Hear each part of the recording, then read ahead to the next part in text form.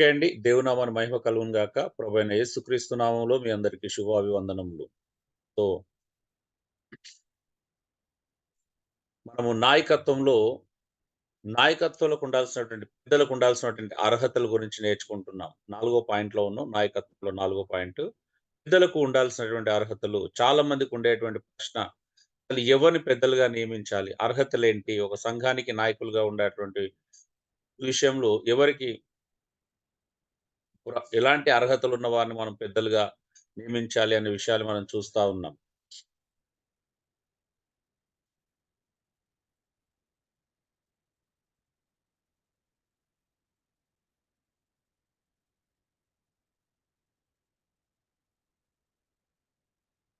So, నిన్నటి దినంలో మనం చూశాం. పెద్దలకు ఉండాల్సినటువంటి అర్హతల్లో ఉండవలసినవి అనేటువంటి అర్హతల్లో మనము ఇక్కడ ఒక 10 అర్హతలను ఒక్కొక్క పేజ్‌లో మనం 5 వస్తాయి కాబట్టి ఇక్కడ 5 విషయాలు చూశాం. ఒకటి, నిందారహితుడై ఉండాలి. బ్లేమ్‌లెస్ అనేటువంటి పదాన్ని ఇక్కడ వినియోగించడం జరుగుతుంది. నిందారహితుడు. అంటే నిందారహితుడై అంటే అర్థం ఏంటిది? ఒకసారి ఆలోచించండి. నిందారహితుడు అంటే మీరేమనుకుంటున్నారు? సో, నిందించుటకు అవకాశం ఇవ్వని వాడు. ఓకే. నిందించుటకు అవకాశం ఇవ్వని వాడు. ఇంకా? ప్రవర్తనలో లోపం లేని వాడు. అంటే సాతానుకు అవకాశం ఇవ్వని వాడు. హ్మ్. ఇతరులను నిందించిన వాడు. అయ్యో! మనం ఇతరులను నిందించిన వాడు కాదండి దానర్థం. మన మీద నింద రాకుండా ఉండడం. నువ్వు వేరే వాళ్ళని నిందించకపోవడం కాదు.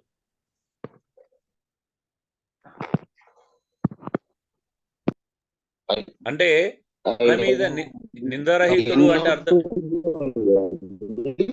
ఇప్పుడు అయ్యగారు అది ఎన్నో పేజీ ఇప్పుడు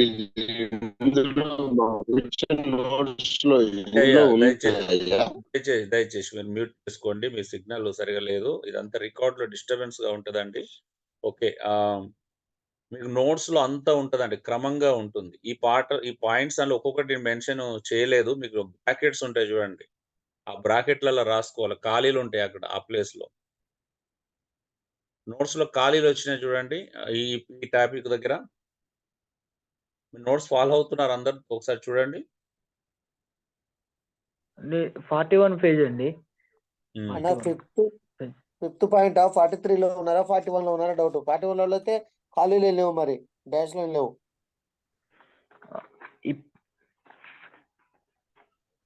పెద్దలు కాపర్ల అర్హతలు అయితే 41.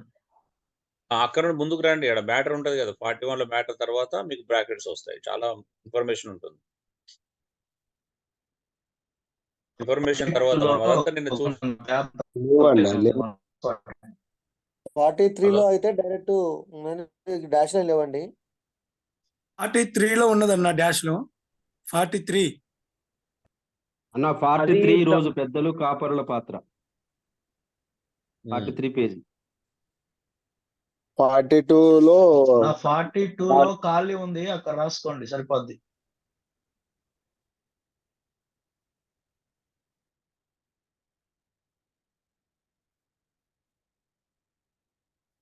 మీరు ఎక్కడో కన్ఫ్యూజ్ అవుతున్నారు. ఒక్కొక్కరు ఒక పేజ్ చెప్తున్నారు మరి. నాకు ఖాళీ అంటే మామూలు ఖాళీ కాదన్న, బ్రాకెట్లో అట్లా ఉండాలి. 40 పేజీలో ఉన్నాయన్న ఖాళీలన్నీ. 40 పేజీలు ఉన్నాయా? ఎక్కడ ఉంటే 40 పేజీలు ఉన్నాయి, అయిపోయినాయి. ఆ, రాసినాం కదా, అయిపోయినాయి కదా. అది పెద్దలు లేక పాస్టర్ల నియామకం అయిపోయింది. 42లో ఎక్కువ ఎంటీ ప్లేస్ ఉంది, అక్కడ రాసుకోవచ్చు. ఎంటీ పేజ్ కాదు అనేది. సరే ఓకే అన్న. నువ్వు నా పక్కన నోట్స్ పెట్టుకోలేదండి యాక్చువల్లీ మీరు.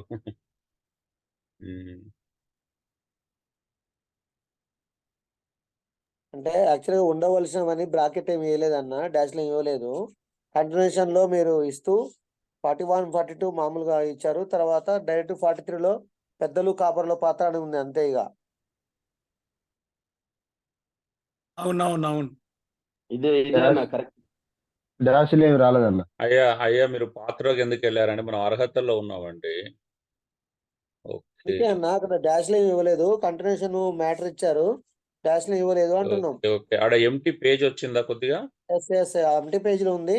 41 వెనకాల కూడా ఖాళీ ఉంది కాబట్టి రాసుకోవచ్చు. 41 వెనకాల కూడా ఖాళీ ఆ ఉంది. ఎంటీ పేజ్ని వాడుకోండి దయచేసి. నేను ఇలా బ్రాకెట్స్ ఉండే మరి ఎలా మిస్ అయిందో తెలియదు. నేను ఒక ఓకే అన్న, బాక్స్ లాగా థ్యాంక్ యూ. బ్రాకెట్స్ ఇచ్చినాం యాక్చువల్లీ. సో అది ఎలా మిస్ అయిందో ఒక్కసారి చూడండి. ఆ ఎంటీ పేజ్ లో మాత్రం రాసుకోండి దయచేసి. ఇక అయిపోయింది, నేను చూశాను నోట్స్.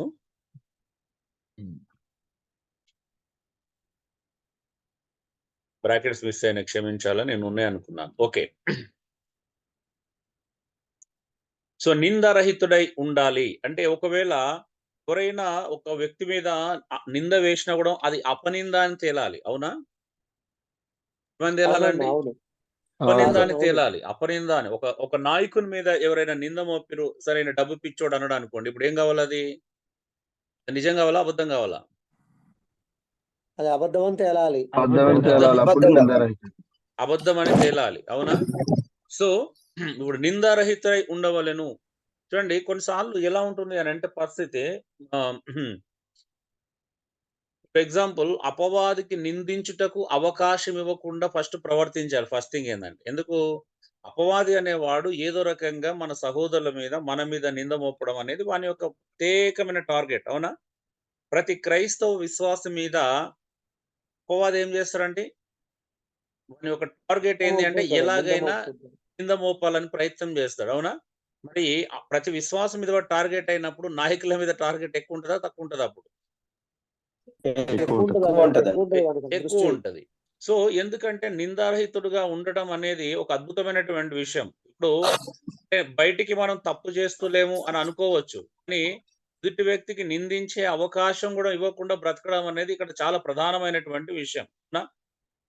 నేను ఇలాగే ఉంటా, నేను ఏమైనా తప్పు చేసినా అన్నాడు అనుకోండి. ఇప్పుడు ఎగ్జాంపుల్, నాకు తెలిసిన ఒక పాస్టర్ గారు ఉన్నారు. నేను ఇది పెద్ద పెద్ద ఇష్యూ అయింది, లిటరల్ గా అయింది, ప్రాక్టికల్ గా అయింది. సంఘంలో ఉండేటువంటి ఒక అమ్మాయిని, ఆమె పెళ్ళయింది, ఆయనకు హస్బెండ్ ఉన్నాడు, ఇద్దరు పిల్లలు ఉన్నారు. ఆయన ఒక పత్రికా ఆఫీసులో పనిచేస్తాడు. ఎప్పుడు పత్రికా ఆఫీస్ అంటే నైట్ డ్యూటీలే ఉంటాయి కదా, లేట్ నైట్ గా ప్రింటింగ్ ఉంటుంది కాబట్టి లేట్ నైట్ గా వచ్చి అంతా పడుకునేవాడు. సో ఈయన ఏమైపోయిందంటే, ఈయన బండి మీద ఒక ఆమె ఆయన భార్య 2, 3 సార్లు కనిపించింది మార్కెట్ లో. నేను ఒకసారి చూశాను, నా సహోదరులు ఒకసారి చూశారు. ఇదంతా చూసిన తర్వాత ఇంకొక అమ్మాయి డైరెక్ట్ ఆమె బెడ్రూమ్ లో ఆయన పక్కన కూర్చోవడం చూసింది. మేము అందరం ఒక మీటింగ్ లో కలిసినప్పుడు ఎవరు ఈ టాపిక్ లేవనెత్తేసరికి అందరు ఓపెన్ అయిపోయి, అన్న నేను చూసినా అన్న, నేను అక్కడ చూసినా, నేను ఇక్కడ చూసినా అని అందరు చెప్పడం ప్రారంభించారు. అది ఎందుకు వచ్చిన టాపిక్ అని అంటే, మాకు తెలిసినటువంటి ఒక కంప్యూటర్ ఆపరేటరు ఏమంటారు, వీళ్ళ ఏదో పార్ట్స్ ఏదో టైప్ చేస్తున్నాడు. రేషన్ కార్డ్ అప్లికేషన్ ఏమో ఏదో మొత్తానికి ఏదో జరుగుతుంది, అది అప్లికేషన్ ఫార్మ్స్ లో.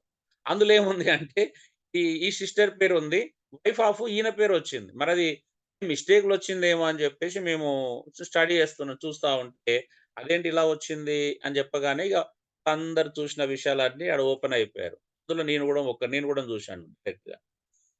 చూశాంగానే మనకు తెలియదు కదా ఎందుకు అనేది, మనకు ప్రశ్న రాదు కదా సహజంగా. అందరం అనేసరికి అది ఒక డౌట్ కన్ఫర్మ్ అయిపోయిందన్నట్టు. అంటే ఇప్పుడు ఇలా వచ్చినప్పుడు ఏమైంది, ఇప్పుడు నిందించడానికి వాళ్ళు అవకాశం ఇచ్చినట్టా కాదా? ఇష్యూ రేజ్ అయిన తర్వాత ఆయన సీనియర్ పాస్టర్ ఎవరైతే ఉన్నారో ఆయన దగ్గర దాకెళ్ళిందది. ఎళ్ళడం అంటే, వెళ్ళిన తర్వాత ఇది ఇలా జరుగుతుంది, జాగ్రత్తగా చూసుకోండి అని మేము ఆహ్, ప్రేమపూర్వకంగా ఆయనకు సలహా ఇచ్చాం. సలహా ఇస్తే ఈయన ఆయనకు చెప్తే ఆయన వాళ్ళ బ్రదర్‌ని తీసుకొని మా ఇంటి మీదకి ఫస్ట్ దాడికొచ్చాడు. దాడికొస్తే నేను సో, ఇక దాడికొచ్చేసి ఇష్టానుసారంగా మాట్లాడేస్తుంటే నేను అన్నీ మౌనంగా విన్నాను. ఆ! ఏ ఏ ఏమని చెప్తున్నాడు? వాళ్ళకి నేను ఆమెకి వెజిటబుల్ కొనియడానికి హెల్ప్ చేస్తున్నాను. మార్కెట్‌కి తీసుకెళ్తున్నాను. అంటే ప్రొవిజన్ షాప్‌కి, సూపర్ మార్కెట్‌లోకి తీసుకెళ్తున్నాను. కాయగూరల మార్కెట్‌కి తీసుకెళ్తున్నాను. అది ఇది అని చెప్పి ఏదేదో చెప్తున్నాడు. నేను నా పక్కనే నా ఫ్రెండ్ ఉన్నాడు. ఒకసారి నేను పిలుస్తాను. పక్కనే ఉన్నాడు. వాడు జాబ్‌లోకి ఒకసారి వెళ్తే 2 రోజులకు రాడు. వాని వైఫ్ ఉంది పక్కనే. నాకు మరి చిన్నప్పటి నుంచి తెలుసు. ఎప్పుడు కూడా నా భార్యని వాడు గాని, వాని భార్యని నేను గాని అంటే బయటికి మార్కెట్‌కి తీసుకెళ్లాల్సిన పరిస్థితి అయితే రాలేదు ఇప్పటివరకు. మీకెలా వచ్చిందని అడిగాను. మీకెందుకొచ్చింది? చాలా మంది ఉంటారు గదా, ఇంటి పక్కన లేడీస్ ఉంటారు. కూరగాయలు అమ్మే వాళ్ళు ఇంటి దగ్గర గూడా వస్తా ఉంటారు కాలనీకి. అవునా గదా? సో, ఇలాగా ఇప్పుడు ఏమైంది నిజంగానే నింద నిజమైంది. అది ఆ అమ్మాయి లైఫ్ స్పాయిల్ అయింది. ఇతడు ఇంకెక్కడికో ఊళ్ళలోకి పారిపోయాడు. మన కరోనాలో గూడా ఆయన చనిపోయాడని తెలిసింది. సో, ఇలాగా అంటే రకరకాల ప్రాబ్లమ్స్ అంటే మా ఏరియాలో ఉన్నటువంటి పాస్టర్ గారు ఒకాయన. హ్మ్. ఇప్పుడు కన్యుడొచ్చి అడిగిన తర్వాత ఎలా ఉంటదంటే, ఒక అన్యుడు అడిగాడండి. ఒక అన్యుడు మా సంఘంలో ఉన్నటువంటి నా తోటి ఇంకో సహోదరుడు ఉంటాడు. నేను అటెండ్‌గా ఉండేది అప్పుడు సంఘంలో. ఇంకా ఈయన గూడా కొంచెం యాక్టివ్‌గా ఉన్న పార్టిసిపేట్ ఒకాయన ఉండే. నన్ను అడగడానికి ధైర్యం చేయడు. ఎందుకంటే నేను అక్కడే ఏరియాలో పుట్టి పెరిగాను. అదే స్ట్రీట్‌లో ఉంటా నేను. ఈ అడిగిన ఆయన గూడా అదే స్ట్రీట్‌లో ఉంటాడు. ఆయన ఆర్ఎస్ఎస్ కార్యకర్త. చాలా యాక్టివ్ కార్యకర్త. సో, మేమంటే పడకపోయినా నేనున్నాను గాబట్టి కొంచెం నాతో జాగ్రత్తగా ఉంటాడు. ఇంకా వేరే అతను యాక్టివ్‌గా ఉన్న పర్సన్‌ని పిలిచి డైరెక్ట్ అడిగిండండి. మీ పాస్టర్ ఏందయ్యా అమ్మాయిల పిచ్చిగాడా అని అడిగాడు డైరెక్ట్. ఒక అన్యునికి ఆ రకంగా డౌట్ ఎందుకొచ్చింది? రీజన్ చెప్తాను. చేష్టల ప్రవర్తన అలా ఉన్నాయి కాబట్టి. ప్రవర్తన. ఎందుకు డౌటొచ్చింది? ఆయనకొక్కనికే గాదు. ఊరంతా డౌటొచ్చింది. కాలనీ అంతా డౌట్. ఎందుకు? ఇప్పుడు ఎగ్జాంపుల్ మాకక్కడ ఓమిని వ్యాన్ ఉందండి. హ్మ్. ఇప్పుడు సర్కార్ ఎక్కడన్నా పబ్లిక్ మీటింగ్స్ పెట్టిన చోట, ఈయన మీటింగ్ చెప్పి నాకు పెద్ద సౌండ్ సిస్టమ్ ఉండేది. ఎక్కడన్నా ఆపరేటింగ్ చేయడానికి సౌండ్ సిస్టమ్ ఉంటే, సౌండ్ సిస్టమ్‌కి ఆడ ఆపరేటింగ్ చేసేది. అక్కడ ఏం జరిగేది అంటే, ఇప్పుడు ఆ మీటింగ్‌కి మన సంఘం నుంచెళ్ళి యవ్వనస్తులను వాళ్ళందరినీ మీటింగ్‌కెళ్ళేది గదా! మాకు పురుషులకు ఓమిని వ్యాన్ ఇచ్చి పురుషులను పంపించేవాడు. ఈయన ఎలమేలు విశ్వ మీద ఇద్దరిద్దరు అమ్మాయిలను డ్రాప్ చేసి వచ్చేవాడండి. ఈవెన్ పాస్టర్ అమ్మను కూడా వ్యాన్‌లో పంపించేవాడు. ఇప్పుడు చూసేవానికి ఏముంటది చెప్పండి? ఎలాగుండి ఏమున్నా లేకపోయినా ఇది రైటేనా? రాంగ్ అండి. భార్యతో పాటు సిస్టర్స్ ఉంటే పర్వాలేదు గానీ, భార్య ఒంటరిగా పంపి, వేరే వాళ్ళు పక్కన ఉన్నారంటే అది నేరమే. అంటే దురుద్దేశం బయటపడుతది గదా! ఇప్పుడు ఆహ్, పురుషులతో పాటు పాస్టర్ అమ్మను అంటే ఆయన భార్యను వ్యాన్‌లో పంపించేసి, ఈ అమ్మాయిలుంటే నలుగురు అంటే ఇదేంది అంటే టీమ్ నుంచెళ్ళి అంటే మినిస్ట్రీ నుంచెళ్ళి ఇక్కడికి ప్రాక్టికల్ మినిస్ట్రీకొచ్చేవాళ్ళన్నట్టు. ఒకసారి గర్ల్స్ టీము, ఒకసారి బాయ్స్ టీము. ఈ గర్ల్స్ టీమ్‌ని ఏం చేసేవాడంటే ఇద్దరిద్దరిని బిల్లమెల వేస్ మీద డ్రాప్ చేసేటోడు 2, 3 సార్లు కొట్టేవాడు అటు ఇటు. ఇక చూసేవాళ్ళకి ఎందుకు అర్థం కాదండి. ఎంత పిచ్చోళ్ళైతే జనాలు లేరు గదా! మీకొక విషయం చెప్తున్నాను. అవునండి. ప్రపంచంలో క్రైస్తవులైనటువంటి మన మీద అన్యుల యొక్క ఫోకస్ మరి కాస్త ఎక్కువుంటుంది. అందులో పాస్టర్స్ మీద ఫోకస్ ఎక్కువగానే ఉంటుంది. ఇది చాలా మందికి తెలియని విషయం. మీరు కావాలంటే అబ్జర్వేషన్ చేయండి. మనది చాలా మంది అబ్జర్వేషన్ చేస్తుంటారు. తెలుసా మీకు ఆ విషయం? అవునండి. వాస్తవం అది. చాలా మంది దృష్టి చూడుస్తారు. మన మీద ప్రత్యేకమైన దృష్టి పెడతారు. తెలుసా మీకు ఆ విషయం? హలో! అవునన్నా. అవును. అవునండి. అవును. నిజమే. ఇంకో 1000 కళ్ళతో చూస్తారటన్న. 1000 కళ్ళతో చూస్తారట. ఎక్కడ దొరుకుతదా నేరం? ఎక్కడ హ్మ్. పడిపోతాడా చూద్దామని చూస్తారట. ఇంకో విషయం చెప్తున్నాను. వెరీ ఇంపార్టెంట్ విషయం. తెలుసా మీకు? యేసు ప్రభు గూడా పరిచర్యకు పంపించినప్పుడు ఇద్దరిద్దరిని పంపించాడు. ఒక్కడిని సింగిల్‌గా ఎక్కడికి పంపియలేదు. ఒకటి ఫస్ట్ థింగ్. ఇప్పుడు గూడా యేసు ప్రభు పరిచర్యకు ఇద్దరిద్దరినే పంపించాడు. ఒక్కడిని పంపించలేదు. ఇప్పటిదాకా మనం ప్లూరాలిటీ ఆఫ్ లీడర్‌షిప్ నేర్చుకున్నాం. బహుళత్వ నాయకత్వం. అది గూడము క్రైస్తవ సంఘానికి నాయకులకు క్యారెక్టర్‌ని బిల్డ్ చేసుకోవడానికి, క్యారెక్టర్ మీద ఎలాంటి నింద రాకుండా ఉండటానికి ఒక అద్భుతమైనటువంటి అవకాశం. అవునా? అవునండి. అవునండి. యెస్. అవును. అవును. యెస్ అన్న. వాస్తవం. సో, మూడోదేంటో తెలుసా? అపోస్తల కాలంలో గాని, ఎవరైనా గాని ఎక్కువ శాతము పెళ్లైన వాళ్ళు పరిచర్యకెళ్ళినప్పుడు భార్యలను వెంటబెట్టుకొనే ఎళ్ళేవాళ్ళు. అయితే సహోదరుడనుండాలి, పక్కన భార్య అనుండాలి. అవునా? అవునన్నా. అవును. అవును. దూర భార్యాభర్తలు ప్రయాణాలు దూరంగా ఉంటే పురుషుడు సోదరులు తీసుకెళ్ళాలి. హ్మ్. సో, ప్రయాణం చేస్తున్నప్పుడు పరిచర్య కోసం 2, 3 రోజులు ఎళ్తున్నప్పుడు పక్కన భార్య గాని, ఒక మంచి ఆత్మ సంబంధమైన సహోదరులు గాని ఉండాలి ఒకరిద్దరు. లేదు అంటే బయటికెళ్ళకూడదు.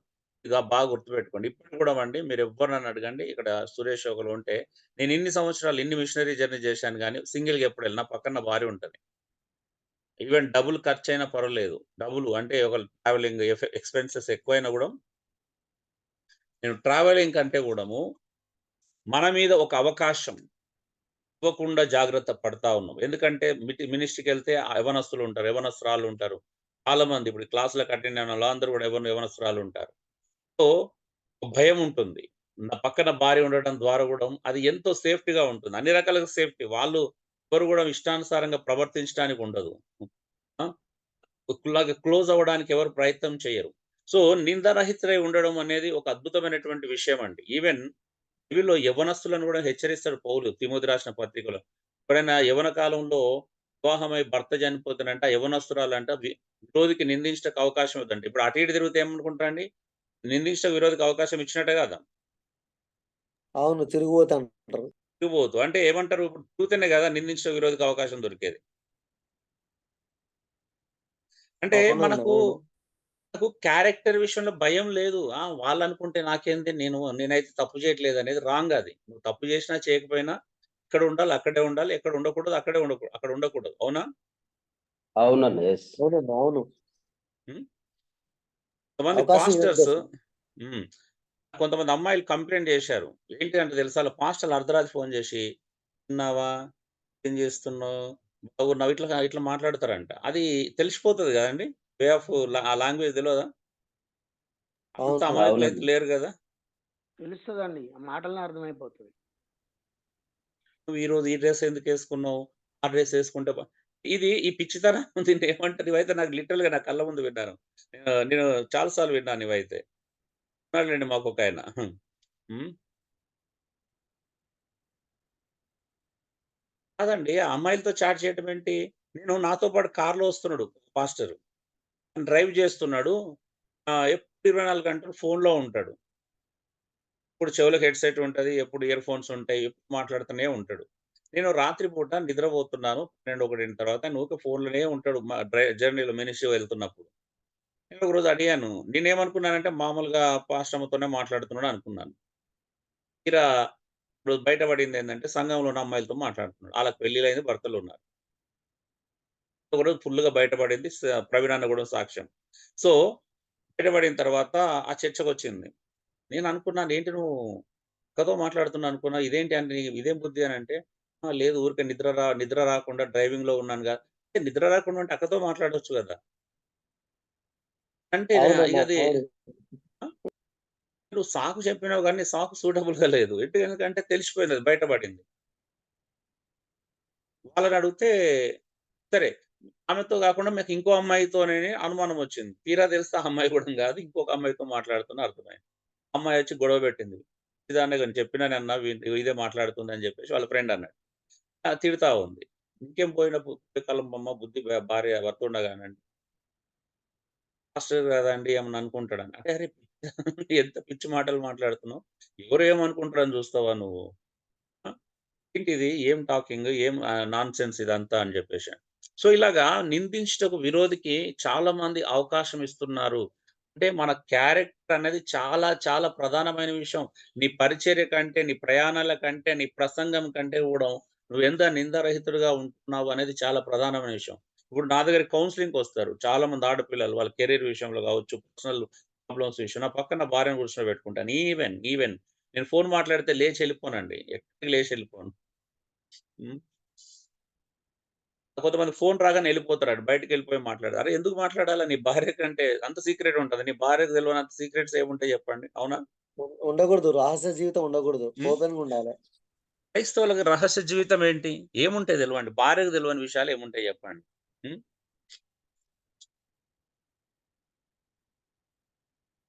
ఆడపిల్లలు మాట్లాడితే లౌడ్ స్పీకర్ పెడితే నా భార్యను పక్కన కూర్చుంటబెడతా. నా పక్కన ఉంటది. చూస్తా నేను.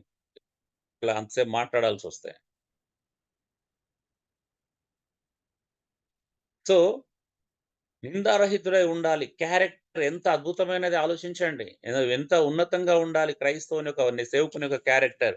నీ పరిచర్య, నీ ప్రసంగాలు, నీ ప్రయాణాలు గాదు ముఖ్యం. దేవునికి గావాల్సింది నీ క్యారెక్టర్. మిమ్మల్ని ఒక ఛాలెంజ్ చేస్తున్నాను చూడండి ఈరోజు. పాత నిబంధన కాలంలో దేవుడు పరిచర్య తన పని చేయించుకోవాలనుకున్నప్పుడు ఎప్పుడైనా ఒక క్యారెక్టర్ లెస్ ఫెల్లో దగ్గరికెళ్ళాడా? ఒక వ్యక్తిత్వం లేనటువంటి వ్యక్తి దగ్గరికెళ్ళి నా సేవ చేయమని అడిగాడండి? లేదన్నా, లేదు. లేదన్నా. లేదు. లేదు. లేదన్నా. ఒక పర్సన్ చూపించండి. అంటే దేవా నన్ను వాడుకో, దేవా నన్ను వాడుకో అంటే దేవుడు వాడుకుంటాడా? ప్రార్థనలో లేదు. ఎంత మొర్ర పెట్టినా ఆయనకంటూ ఒక అదుంటుంది. ఒక ప్రణాళిక ఉంటుంది. ఒక పర్సన్ చూపించండి పాత నిబంధనలో. దేవుడు ఎవరి దగ్గరికెళ్ళాడు చూడండి. రెండోది, రెండోది దేవుడు పిలిస్తే వాళ్ళు భయపడ్డారు వాళ్ళని పిలిస్తే. ఎవరన్నా సంతోషించిరండి? అబ్బా! థాంక్ అబ్బా! ఎంత ధన్యోస్మి అన్నారా? ఎవరు అనలేదు ధన్యోస్మని. దేవుడు అంటే భయం ఉండేది, వణుకుండేది. 2 చేతులు కట్టుకొని తల వంచి అయ్యా నీ చిత్తం బోర్ల పడి అయ్యా నీ చిత్తం ఏంటి అని అడిగారు వాళ్ళు. అవునా? అది నోవహు దగ్గరికి వచ్చినప్పుడు కావచ్చు, నువ్వు అబ్రహాంతో మాట్లాడిన కావచ్చు, ఎవరైనా కావచ్చు. ఇర్మియా లాంటి వాళ్ళైతే అసలు మోసెస్ లాంటి వాళ్ళైతే తప్పించుకోవడానికే ప్రయత్నం చేశారు. అంటే దేవుడు అప్పగిస్తే పని అప్పగించడం అంటే అది మామూలు విషయం కాదు. అది ఎంతో నమ్మకంగా, ఎంతో అదిగా చేయాలి. అవునా? అవునన్నా, అవును. అవునన్నా. ఒక ఏలియా కావచ్చు, ఎలీషా కావచ్చు, ఒక ప్రవక్తల దగ్గరికి వెళ్ళండి. ఏ ప్రవక్తలన్న చిన్న రిమార్క్ ఉంటదా గాని చూపించండి. లేదన్న. వాళ్ళు డబ్బు మనుషులు కాదు, పేరు కోసం పనిచేసే వాళ్ళు కాదు, ఎవ్వరు కూడా స్త్రీలోలులు కాదు. అవునా? అవునండి. శరీర బలహీనతలు ఉండొచ్చు కానీ ఆత్మ లోపాలైతే లేవు. ఫిజికల్‌గా బలహీనతలు ఉండవు. అది వేరు సంగతి. అవునా? అదే అవి కలిగి ఉండొచ్చు, అవును. ప్రవక్తలైనా సేవకులైనా కానీ సరే, ఆత్మపరమైన నేరరకం లేదు. క్రొత్త నిబంధనలో ఏ అపోస్తులైనా, ఏ సేవకుడైనా క్యారెక్టర్ లేనోళ్ళు ఉన్నారా అండి? క్యారెక్టర్ మీద మచ్చున్నోళ్ళు ఉన్నారా? కనిపించరు మీకు. అసలు సేవకు పునాది ఏం తెలుసా? నాయకునికి ఉండేటువంటి మొట్టమొదటి పునాది ఏంటిదంటే క్యారెక్టర్. ఈరోజు అదే లేదు. చాలా మందికి అది లేదు కాబట్టి ప్రాబ్లమ్. చూడండి, ఏకపత్ని పురుషుడై ఉండాల. ఏకపత్ని పురుషుడు అంటే ఏంటిది? ఒక స్త్రీ, ఒక స్త్రీ, భార్య. ఒకే ఒక్క స్త్రీకి భార్యను కలిగి ఉండాల. కొంతమంది ఏం చేస్తున్నారు అంటే, నేను ఒక పెద్ద అయ్యగారు ఉన్నారు. ఆయన ఆయన ఏం చేసిండు? పెళ్లి చేసుకున్నది క్రైస్తవురాల్ని, వివాహం చేసుకుంది క్రైస్తవురాల్ని. వివాహమైన పద్ధతి క్రైస్తవ వివాహ పద్ధతిలోనే. ఒక టైం వచ్చినప్పుడు ఆమె విడిపోయినప్పుడు ఏమని చేసిండంటే, బైబిల్‌లో అవిశ్వాసురాలైన వాడు ఎడబాయవచ్చునని చెప్పింది కదా! మరి ఆమె అవిశ్వాసురాలు కాబట్టి నన్ను ఎడబాసింది అని చెప్పేసి దాన్ని సమర్థించుకున్నాడు. రెండో పెళ్లి చేసుకున్నాడు. సంఘంలో విశ్వాసమే చేసుకున్నాడు. ఆమె ఎళ్ళిపోయింది ఇప్పుడు. హ్మ్. మరి సో కాల్డ్ ప్రవక్తగా, సో కాల్డ్ పెద్ద సేవకునిగా చెలామణవుతున్నాడు ఆయన ఇప్పటికి కూడా స్టిల్. బట్ ఇదంతా ఎవరు పట్టించుకోరు. ఎందుకనంటే వాక్చాతుర్యంని ప్రా కా కాన్సంట్రేషన్ చేసి క్యారెక్టర్ ఎలా ఉన్నా పర్వాలేదనుకుంటున్నారు. అవునా? అవును, సమాజం వివరించేవారు అలాగనే అనుకుంటారు. ఇప్పుడు వైజాగ్ అని కూడా 2, 3 ఉన్నాయంట, మరి తెలియదు. అంటారు చాలా మంది. నేనైతే చూడలేదు. సో కాల్డ్ అదే బయట కా పెద్ద టాక్ నడుస్తున్నాయి కదా అంటున్నారు. అంటున్నారు. అది అది ఫ్యాక్టే. చూసినోళ్ళు చెప్పారులే. ఇక మనం అది అంటే నేను చూడలేదని చెప్తున్నాను. హ్మ్. అన్నయ్య దబాయిస్తారన్నయ్య, ఒప్పుకోరు ఆ! విషయాన్ని. ఒప్పుకోరు. దబాయిస్తారు, దబాయిస్తారు. బెదిరిస్తారు. అవునా? ఫోన్ కాల్ చేసి బెదిరిస్తారు. వాళ్ళ శిష్యులైతే ఇక అలాంటి బండబూతులు వాళ్ళకి అవతల తిట్టేస్తారు. వాళ్ళదే తప్పు, నాదేమి హ్మ్. లేదంటాడు. అవును. అంతమంది కాదు. అలాంటి వాళ్ళ శిష్యులు ఏం చేస్తారు? అటాక్ చేస్తారు డైరెక్ట్. రిటర్నింగ్ కాల్స్ వస్తాయి. మా అయ్యగారిని ఇట్లా అంటావా? నువ్వెవనివిరా? యేసు ప్రభు తప్పు చేస్తుంటే మేము నమ్ముతాం గానీ, మా అయ్యగారు తప్పు చేస్తుంటే నమ్మమంత పిచ్చోళ్ళని చూసిన వాళ్ళ గ్రూపులలో నేను. అలాంటి వాళ్ళకే యేసుక్రీస్తుకు సహకరిస్తున్నా. పోల్స్తాడు, యేసుక్రీస్తుకు పోలుస్తాడు. యేసుక్రీస్తు కూడా కన్యకలు అతని కొరకు. అది పోల్చడం పక్కన పెట్టు. మోజెస్‌తో పోల్చుకుంటారు. మోజెస్ రెండో పెళ్లి చేసుకున్నందుకు, తిరగబడినందుకు వాళ్ళకి కుష్ఠరోగం వచ్చింది అది ఇది అని చెప్పేసి అక్కడ మాట్లాడతారు మళ్ళీ. ఆ! మోజెస్‌తో కంపేర్ చేసుకుంటారు. దైవ సేవకుని తిడితే మీకు శాపం వస్తదని. కొత్త నిబంధనలో అది ఉండదు. పాత నిబంధన విధానం. కొత్త నిబంధనలో అలాంటి విధానం మీకు ఎక్కడ కనిపియదు. అవునా? అవునన్నా, అవును. అవునండి. ఏకపత్ని ఎస్ అవును. ఎస్ అన్న. లేకపోతే పాత నిబంధన పరిశుద్ధుడు వేరు, కాదంట. క్రొత్త నిబంధన వేరు. ఒకవేళ పాత పరి నిబంధన నిజంగా సేవకులను ఎదురుస్తే దేవుడు పని చేశాడు. కానీ కొత్త నిబంధనలో ఎవరు సేవకులు? ఆయన మోజెస్‌ను దేవుడు స్వయంగా ఎన్నుకున్నాడు. ఇక్కడ ఎవరిని ఎన్నుకున్నాడట స్వయంగా? 12 మంది అపోస్తులు, పౌలు తప్పించి ఇంకెవరిని దేవుడు స్వయంగా ఎన్నుకోలే. గుర్తుపెట్టుకోండి ఆ విషయాన్ని. వాళ్ళు 13 ముగ్గురే డైరెక్ట్ కాలింగ్. ఇంకా అందరిది ఎవరిది డైరెక్ట్ కాలింగ్ నాకుంది అని చెప్పడానికి ప్రపంచంలో ఎవరికీ అవకాశం లేదు. ఇం ఎవరైనా కావచ్చు. అవునా? అవునన్నా. అవునన్నా. కాబట్టి ఎవరైనా 13 మందో స్థానంలో తనను తాను చూపించుకోవడానికి ప్రయత్నం చేస్తున్నాడంటేనే అతను పెద్ద అబద్ధికుడు అని అర్థమైపోతది. అది ఎలాగో మీకు తెలుస్తది. ఇప్పుడు నాయకత్వంలో సెకండ్ భాగంలో తెలుస్తది.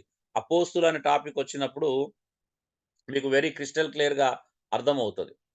సో, ఏకపత్ని పురుషుడు ఒకే ఒక్క స్త్రీకి భార్య అయి ఉండాలి అనేది చాలా అద్భుతమైన విషయం. ఒకాయన లాజిక్ మాట్లాడాడు. మా ఇంటికొచ్చి చూడండి. భర్త మా అయి ఇంట్లో ఉండాలి. 1, 2, 3 అని లెక్క పెట్టండి. ఒకతే కనిపిస్తది. రెండోది కనిపియదనంటే, రెండో దాన్ని వదిలేసినాక ఎందుకు కనిపిస్తది? అవునా గదా! రెండో భార్య ఉన్నదంటే ఒకే ఇంట్లో ఇద్దరున్నారని అర్థం కాదు గదండీ! ఇంత అవును. లాజిక్ అంటే ఈ లాజిక్స్ వాళ్ళ శిష్యులకు భలే నచ్చేస్తాయి. అవును ఇది నిజమే కదా! ఆ! మరి విడాకులు ఎంత పెద్ద నేరమో తెలవదా? విడాకులు పాపమా కొత్త నిబంధన ప్రకారం? అవునా పాపము కదండీ! నేరము. అవును. ఒక వ్యక్తిని పెళ్లి చేసుకొని విడనాడుతున్నాం అంటే ఏం చేస్తున్నాం? ఆమెను వ్యభిచారణగా చేస్తున్నాం అన్నాడు యేసుప్రభు. అవును. ఆ! మరి చిన్నప్పటి నుండే దర్శనాలు చూసే వ్యక్తికి, చిన్నప్పటి నుండే దేవునితో అంత అనుబంధం ఉన్న వ్యక్తికి ఎవరిని పెళ్లి చేసుకోవాలో, ఎవరిని పెళ్లి చేసుకోకూడదో తెలియదా? ఆమె భవిష్యత్తులో విడిపోతదని తెలిసినప్పుడు ముందే దేవుడు చూపిస్తే ఎలా చేసుకున్నాడు? మరి అర్థం కాని విషయం ఏంటంటే అవునా కదా! ఇవన్నీ ఏంటి? సమర్థించుకునేటువంటి మాటలండి. అందులో సమర్థన తప్పించి ఫ్యాక్ట్స్ ఉండవు. పాయింట్ దేవుని అర్థమవుతుందా మీకు? దేవుని కొరకు అవును. కష్టపడతాడు ఎస్ అందులో కూడా. అన్న. హ్మ్. దేవుని కొరకు దేవుని అలాంటి కొరకు వాళ్ళని ఎంకరేజ్ కష్టాలు చేస్తున్నారు పడతాడు అన్న. అది కూడా. ఎంకరేజ్ ఒక్క చేసే తర్వాత. పాస్టర్లు కూడా ఉన్నారు కొంతమంది. హ్మ్. ఇప్పుడు ఆయన ఒక వీడియో రికార్డింగ్ చెప్పాడు. నేనెందుకంటే ఆయన కావాల్సిన నా దగ్గర చాలా ఉండే. అందులో ఏమన్నాడంటే, నాకు చిన్న వయసులోనే దేవుడు నాకో పెళ్లయితది, పెటాకులైతదని చూపించాడని చెప్పాడు దర్శనం. నాకు ముందే దర్శనం వచ్చిందని చెప్పాడు. మరి ముందే దేవుడు దర్శనం ఇచ్చిండు అన్నప్పుడు, ఆ దర్శనం ఎందుకు నిజం కావాలా? దాన్ని అబద్ధం కూడా చేయొచ్చు కదా! అవునా? అంటే జాగ్రత్త పడొచ్చు, మెలకువ ఉండొచ్చు. అలా జరగొద్దు ప్రభు అని వేడుకోవచ్చు. అవునా కదా! ఇప్పుడు అలా జరుగుతుంది అనంటే మరి ఆటంకపరచాలి కదా! లేదు లేదు ఈ పెళ్లి చేసుకుంటే విడిపోతాము. నేను ఈ పెళ్లి చేసుకున్నాను ఎందుకు చెప్పలేదప్పుడు? అసలు ఇలాంటి దర్శనాలే కాదు. ఇప్పుడు ఇప్పుడు అగాబు పౌలుకొచ్చి దర్శనం వచ్చిందంటే నువ్వు ఇలా పోతే అరెస్ట్ చేయబడతావు అంటే దాన్ని పౌలు ఏం చేసి అయ్యో నేను పోతే అరెస్ట్ చేయబడతాను నేను ఏమో ఆగిపోలే కదా నేను చావడానికి సిద్ధంగా ఉన్నాను వెళ్ళిపోయాడు. అవునా? అంటే అవునండి. దర్శనానికి లోబడాల్సిన అవసరం లేదు కదా మనం. ప్రతి దర్శనానికి లోబడాల్సిన దైవ అవసరం లేదు. చిత్తానికి చాయిస్ నా ఆ? దైవ చిత్తానికి అయితే లోబడాలి. దైవ ఉమ్, విరుద్ధం దైవ చిత్తం అయితే లోబడాలన్నా దైవ విరుద్ధం అయితే ఆ, లోబడాల్సిన అవసరం లేదు. అది కదా. ఇప్పుడు అంటే సరే పెద్ద పెళ్లి వాక్యానుసారం పెళ్లి అయితే చేసి లోబడాలి దైవ దర్శనము. వాక్యానికి విరుద్ధం అయితే దానికి అవసరం లేదు. అవసరం లేదు కదా. ఏదో వస్తది ఇప్పుడు నాకు ఐశ్వర్యరాయని పెళ్లి చేసుకోమని దర్శనం వస్తే వెళ్ళిపోయి చేసుకుంటామా? కామెడీ కాకపోతే అవునా? అవునండి. సో, ఇలా కామెడీ ఉంటదన్నాడు. చాలా అద్భుతమైన కామెడీ. నేను ఆ కామెడీ మీకు ఒకసారి వినిపిస్తాను. మీకు తెలుసా అది కామెడా? సీరియస్ విషయమా అని. హ్మ్. ఏకపత్ని పురుషుడై ఉండవలెను. మూడోది దుర్వ్యాపార విషయమై నేరము మోపబడిన వారు. ఇశ్రాయేల్ కాలంలో ఆ కాలంలో రబ్బీలనే వాళ్ళకి గాని, ఎవ్వరికి గాని వ్యాపారాలు ఉండేటివి. ఆ వ్యాపారాల విషయంలో నేరం మోపకుండా జాగ్రత్తగా అంటే బయటికెళ్ళి వచ్చిన తర్వాత వాళ్ళు దొంగ వ్యాపారాలు చేసిన వాళ్ళు అయ్యి ఉండకూడదు. లేపోతే ప్రభువుల సేవకొచ్చినప్పుడు వాళ్ళు ఒక విశ్వాసులుగా ఉన్నప్పుడు చేసిన వ్యాపారాలు ఉంటాయి గదా! వాళ్ళు అక్కడి నుండి వచ్చినప్పుడు ఆ దుర్వ్యాపార విషయమై నేరం మోపబడి ఉండాలి. తెలుసా మీకు ఆ కాలంలో సేవకులందరూ గూడా, పాస్టర్‌లందరూ గూడా ఒక వ్యాపారం ఉండేది. వాళ్ళు సంఘాల మీద ఆధారపడేవారు కాదు. అదెక్కడో మీకు చూపిస్తాను. చాలా రిఫరెన్స్‌లు చూపిస్తాను. ఓకే. నాలుగోది విశ్వాసులైన పిల్లలు గలవాడై ఉండాలా? ఎలా సాధ్యమవుతది? ఒక 18, 20, 22 సంవత్సరాల కుర్రానికి విశ్వాసులైన పిల్లలుండే పాసిబిలిటీ ఉందా అండి? హలో! లేదన్న. లేదు. అందుకే జెప్పాను అక్కడ పెద్ద అంటే ఏం చూసినాం ఇంట్రడక్షన్‌లో పెద్ద, అక్షరాల వృద్ధుడు, పరిపక్వత గల పెద్ద మనిషి. పెద్ద అంటేనే పెద్ద అని ఎవరిని పడితే ఆళ్ళు పెద్ద అనేది వెరీ జనరల్ వర్డ్ అండి. ఇశ్రాయేల్ ప్రజల్లో వాడినటువంటి పెద్ద అనే వర్డ్ అంటే యిత్రో గావచ్చు, మోజెస్‌కి ఇచ్చిన సలహాలో గూడా పెద్దలను నియమించినప్పుడు అధికారికంగా పెద్దలను నియమించినప్పుడు తీర్పు తీర్చే అధికారం ఉంది అంటే చిన్న పిల్లలకు ఉంటదా అండి? ఒక యవ్వనస్తులకు ఉంటదా అది? హలో ఆలోచించండి మీరు. ఉండదన్న. ఉండదు. ఇప్పుడు ఉండదన్న. 50 చొప్పున, 100 చొప్పున పెద్దలను నియమించిర్రు అనంటే పెద్దలను ఎవరు నియమిస్తారండి? పరిపక్వత ఉండి వాళ్ళ సమస్యలకు పరిష్కారం ఇవ్వగలిగినటువంటి అనుభవం బ అనుభవం, పరిపక్వత ఉన్నోళ్ళని నియమిస్తారా? ఎవరు పడితే ఆళ్ళని నియమిస్తారా? అనుభవం పరిపక్వత పెద్దవారిని నియమిస్తారు. మరి ఇప్పుడు చెప్పండి 20, 25 సంవత్సరాల పిల్లోళ్ళకి ఏం అనుభవం ఉంటది? ఏం పరిపక్వత ఉంటది చెప్పండి? ఇటు లేఖనాల పట్ల ఒక పరిపక్వత ఉండదు. జీవితం పట్ల ఒక పరిపక్వత ఉండదు. మరి అలా పెద్దలు ఎలా అవుతారు సంఘానికి అనేది మీరు ఆలోచించాలి. సో, విశ్వాసులైన పిల్లలు కలిగిన వాడు ఒక అనుభవం, ఒక పరిపక్వత ఉంటుంది. సో, తర్వాత అతిథి ప్రియుడై ఉండాలా. హ్మ్. ఆతిథ్యం ఇవ్వాలి పరదేశులకు, బీదవారికి, అవసరతలో ఉన్నవారికి. ఆతిథ్యం అంటే ఇక్కడ ఆహ్, మన సమాన స్థాయి వాళ్ళని పిలుసుకొని భోజనం పెట్టడం గురించి మాట్లాడట్లేదండి ఇక్కడ. అర్థమవుతుందా? ఇప్పుడు సేవకులు మీరు ఒక పాస్టర్‌ని భోజనానికి పిలిచిరనుకో, ఆ పాస్టర్ ఏం చేస్తాడు రేపు మళ్ళా మిమ్మల్ని భోజనానికి పిలుస్తాడు. అది చెల్లయిపోతది. అవునా? అవునండి. అలాంటి దాని గురించి మాట్లాడట్లేదు. అది ఇంటికొచ్చినప్పుడు అలా భోజనం పెట్టడం తప్పు కాదు. మీరు ఆళ్ళ ఇంటికెళ్ళినప్పుడు ఆళ్ళు భోజనం పెడితే తినడం తప్పు కాదు. ఇక్కడ ఆతిథ్యం అనేది ఏంటిది అంటే పరదేశుల ఎడల చూపించే ప్రేమ.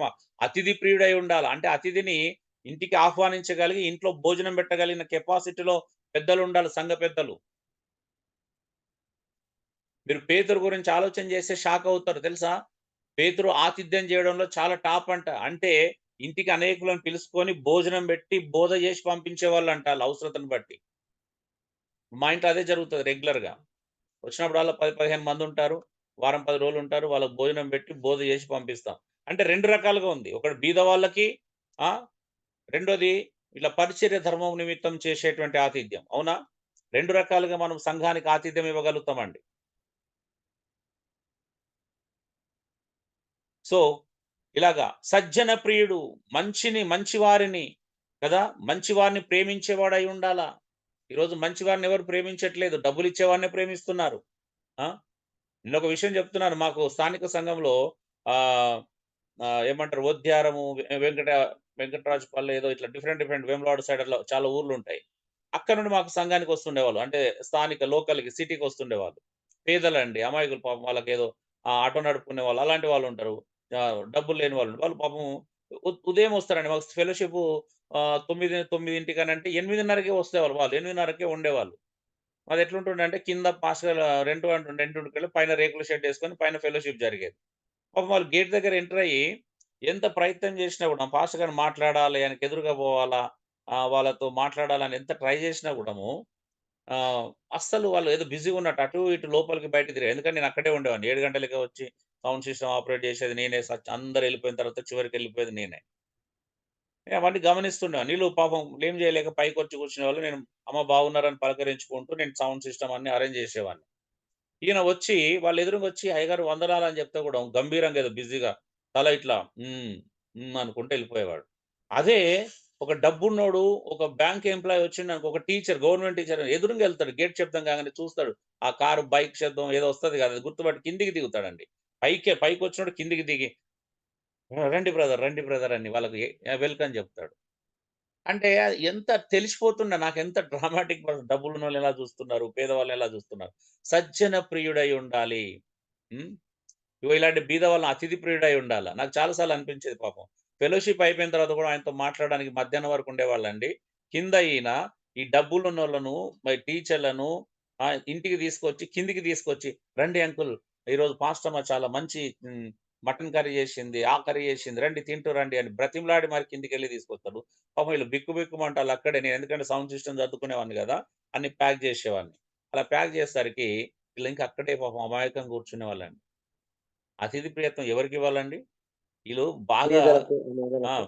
వీళ్ళు ఇంటికి పోతే వీళ్ళు ఆల్రెడీ ఫుల్ చికెన్‌లు, మటన్‌లు తెచ్చుకొని తినగలిగిన కెపాసిటోళ్ళు ఆల్రెడీ వండుకొనే వస్తారు వాళ్ళు. అవునా? అవునన్నా. ఇది పరిస్థితి. ఓయ్! ఇట్లా అతిథి ప్రియుడు నాకోసారి బాధేసిందండి. వీళ్ళొకసారి మా ఇంటికి తీసుకెళ్ళి భోజనం పక్కనే అన్నట్టు. వీళ్ళు 5 ఇళ్ళు దాటితే మా ఇల్లే అదే లైన్‌లో. ఇంటికి తీసుకెళ్ళి భోజనం పెట్టాలని పెట్టినాం గూడా ఒకసారి. పెడితే మా మా మా పాస్టర్ గారు వచ్చి "మేమెలా కనిపిస్తున్నాం? మేము భోజనం పెట్టలేని స్థితిలో ఉన్నామా?" అది ఇది అని ఒక పెద్ద ఇష్యూ అయింది ఒకరోజు. అరే! ఇప్పుడు అప్రిషియేట్ ఆళ్ళు చేయాల్సిన పెట్టరు, పనులను గూడా పెట్టేటోళ్ళు పెట్టనియ్యరు. ఆ! అప్రిషియేట్ చేయాల్సిన పనిని గూడా వీళ్ళు విమర్శిస్తున్నారేంది నాకు షాక్. ఏందంటే ప్రభా నేనేం తప్పు జేసినాను? ఆ! సహోదరుని నేనేం తప్పు చేయలేదని నాకు అర్థమవుతుంది. ఇప్పుడు వాళ్ళని బైపాస్ చేసినట్టు కాదు. వాళ్ళు ఎన్నో సార్లు వాళ్ళు చూసి చేసిన పనే అది. ఇలాగా అతిథి ప్రియం లేదు. సజ్జన ప్రియత్వం లేదు. స్వస్థ బుద్ధి గలవాడై ఉండాల. మంచి బుద్ధి ఉండాల. ఉందా? పాస్టర్‌లందరిని లైన్‌లో పెట్టుకోండి. లక్షణాలన్నీ చెక్ చేసుకోండి. ఏమవుతదో తేలిపోతది. నీతిమంతుడై ఉండాలా. హుహు. ఎవరిని మోసం చేయకూడదు. నీతిమంతుడై ఉండాలా. అసలు చాలా మటుకు పాస్టర్‌ల దగ్గరున్న స్థలాలన్నీ గూడా అక్రమ స్థలాలు ఎక్కువ మందివి. పెద్ద పెద్ద సో కాల్డ్ స్పీకర్‌లయితే కంప్లీట్ అక్రమ స్థలాలే. సిటీ నడిబొడ్డున ఎకరాల స్థలం ఎలా దొరుకుతదండి? అది ఎవరిది? వాళ్ళ ఓనర్ ఎవరు? ఆ ముస్లిం ఓనర్ ఎవరు? పాపం ఎలా వాళ్ళని మోసం జేసి, ఎలా బెదిరించి ల్యాండ్స్ తీసుకున్నారో మాకు తెలుసుకుందాం. హ్మ్. అక్కడి వరకెందుకండి? మా లోకల్ మా పాస్టర్ గారు 2000 ఎక్కడ అంటే ఎస్ఆర్ఎస్‌పి ల్యాండ్ ఉంటది. డ్యామ్ దగ్గర. కరీంనగర్ డ్యామ్ ఉంది గదా! ఆ కరీంనగర్ డ్యామ్ కింద అంటే SRSP land Sriram Sagar project వాళ్ళది. దాన్ని ఆక్యుపై చేశారండి. ఆ కట్ట కింద వీళ్ళు కూడా వేసేసుకున్నారు మా పాస్టర్ గారు. నేను ఖండించాను. అది తప్పు అండి. సాక్ష్యం ఉండదు. నా ఫ్రెండ్స్ ఉన్నారు. నేను ఇక్కడే ఇప్పుడు తిరిగినటువంటి ప్రాంతము. ఎవరైనా చూస్తే ఏందిరా మీ వాళ్ళు భలే ఆక్యుపై చేశారు. కేసు కూడా అయింది యాక్చువల్లీ. కొంతమంది ఆర్ఎస్ఎస్ విశ్వ హిందూ పరిషత్తులో వచ్చి దాని మీద కేసు కూడా వేశారు. ఆడ ఈడ ప్రార్థనలు నడిపిస్తున్నారని చెప్పేసి. అది కూడా ఆక్యుపై చేసిన ల్యాండ్. నేనప్పుడు అది తప్పు అంటే ఏమన్నాడో తెలుసా? నేను అప్పుడు 2004 ఆ టైంలో అనుకుంటా. ఏమన్నాడంటే తప్పు అనంటే నీకు తెలవదు పో, నీకు వాక్యం తెలవదు పో అన్నాడు. సరే వాక్యం చెప్పండి నేను నమ్ముతాను. నేను అర్థం చేసుకుంటానంటే భూమియు దాని సంపూర్ణత యెహోవాయే అని ఉంది అని చెప్పి చూపించాడండి. దాని నేను సందర్భం నేనేమన్నా సరే మరి భూమియు దాని సంపూర్ణత యెహోవే కదా! ఈ మూలకెందుకెళ్ళాం? ఆ సెంటర్‌లో గ్రౌండ్స్ ఉన్నాయి కదా! గ్రౌండ్‌ని ఆక్యుపై చేసుకొచ్చుకోవడం అది కూడా భూమి సంపూర్ణ దాన్ని యెహోవా అది కూడా యెహోవాదే కదా! అని చెప్పి నేనన్నా. అవునా కదండీ! అది కూడా యెహోవాది కాదా మరి? మంచి సమాధానం ఇచ్చారండి. మీరు అప్పుడప్పుడు పబ్లిక్ మీటింగ్స్ పెడతారు కదా! గ్రౌండ్‌లో సర్కస్ గ్రౌండ్ కూడా ఆక్యుపై చేసుకోవాల్సింది. ఇంక అక్కడే ఉండొచ్చు. ఆడనే మీటింగ్‌లు పెట్టుకోవచ్చు. అది యెహోవాదే కదా! అది కూడా. మరి అక్కడెందుకు చేయలేదని అడిగాను.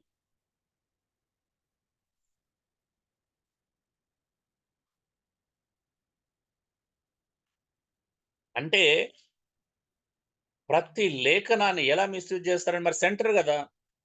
ఇంకా బావుంటది గదా! సెంటర్‌లో అయితే అడ్డ. నీతిమంతుడు అనే పదము ఎంత విలువైనది తెలుసా అండి? నోవాహు నీతిమంతుడు. కదా! అంతమంది భయంకరమైన వ్యక్తుల మధ్యలో తన నీతిని కోల్పోయాడు. అందుకే కదా! నోవాహు నీతిమంతుని బట్టే గదా!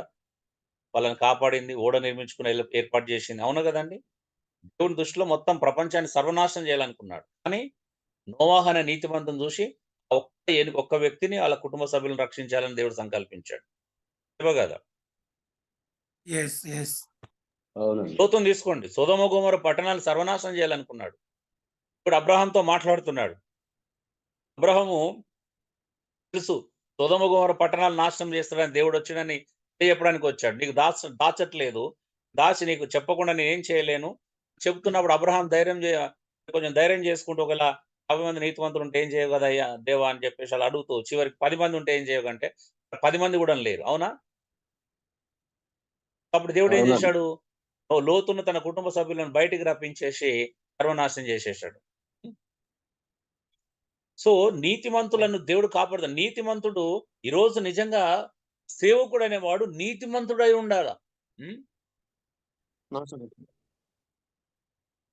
మరి నీతిగా మనం బ్రతకడానికి ప్రయత్నం చేస్తున్నామా? మనకి మనకు ఏదన్నా రేషన్ కార్డ్ కోసం కూడా లంచాలు ఇచ్చేవాళ్ళున్నారు. ఆలోచించండి మీరు ఒకసారి. ఈ రోజు వరకు నాకు వైట్ రేషన్ కార్డ్ రాలేదండి. నేను 3, 4 సార్లు ట్రై చేసినా.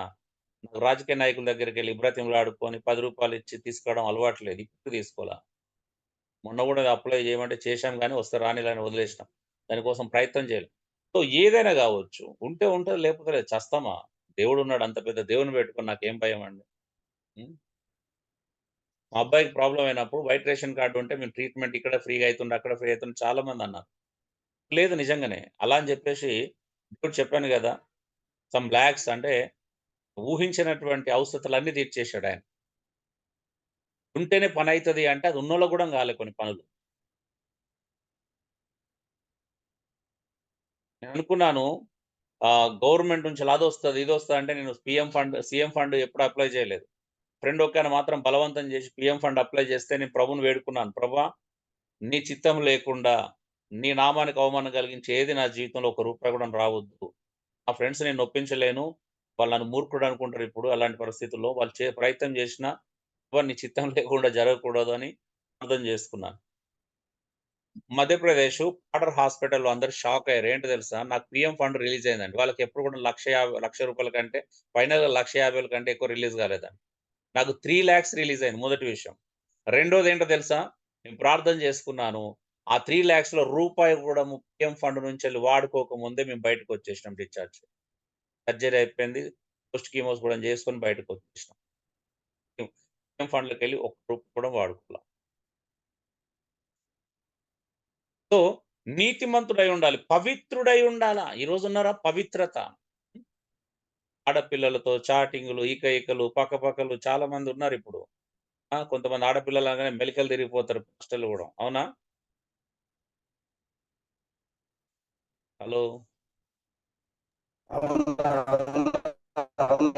చూసాను చాలా మంది. హ్మ్. సో, పౌలు అందుకే గదా! తిమోతికి రాసినప్పుడు ఏమన్నాడు? నీ యవ్వనాన్ని బట్టి తృణీకరించకండి. మాటలోను, విశ్వాసంలోను, పవిత్రతలోనంట. అంటే వయసు ఏం కనిపియాలా? వయసు కనిపియొద్దంట. ఒక పెద్ద మంచి క్యారెక్టర్ కనిపియాలని చెప్పాడు. అవునా? అవునన్నా అవును. అవునండి. హ్మ్. పవిత్రుడునై ఉండాలా. పవిత్రత కోసం ఆరాటపడే వాళ్ళని నేను చూడట్లేదు ఈరోజు చాలా మంది. మీరు సో కాల్డ్ గొప్ప గొప్ప సేవకులు అనుకున్నారు చూడండి. వాళ్ళందరికీ ఇలాంటి ప్రాబ్లమ్స్ ఉన్నాయి తెలుసా మీకు? ఊరికొకటి ఉంటది తెలుసా సెటప్. హ్మ్. మంచి మంచి అయ్యగారులు అనుకునే వాళ్ళందరికీ ఈ ప్రాబ్లమ్ ఉంది తెలుసా మీకు? అబ్బా! ఏం చెప్తాడండి వాక్యం అనుకుంటారు కొంతమంది అయ్యగారులు. వాళ్ళ లైఫ్ స్టైల్స్. వేదిక మీద ఉన్నంత సేపేననే. హ్మ్. ఒక్కసారి వేదిక దిగండి.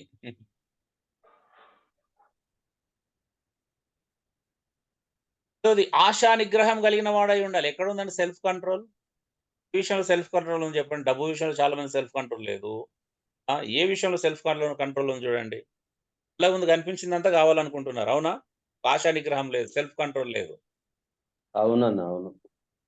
హైదరాబాద్‌లో కొంతమంది సేవకులు ఎందుకు ఫేమస్ అయ్యారో తెలుసా అండి? సినిమా వాళ్ళు, పెద్ద పెద్ద బిజినెస్ మ్యాన్‌లు లేనటువంటి కార్లు సేవకులకున్నాయి ఇక్కడ. అవునా? అవునన్న అవును. నాకు ఇక్కడ పక్కన ఆల్వాలో ఒక పాస్టర్ గారు ఉంటారు. వాళ్ళ విశ్వాసులు వచ్చి చెప్పారు.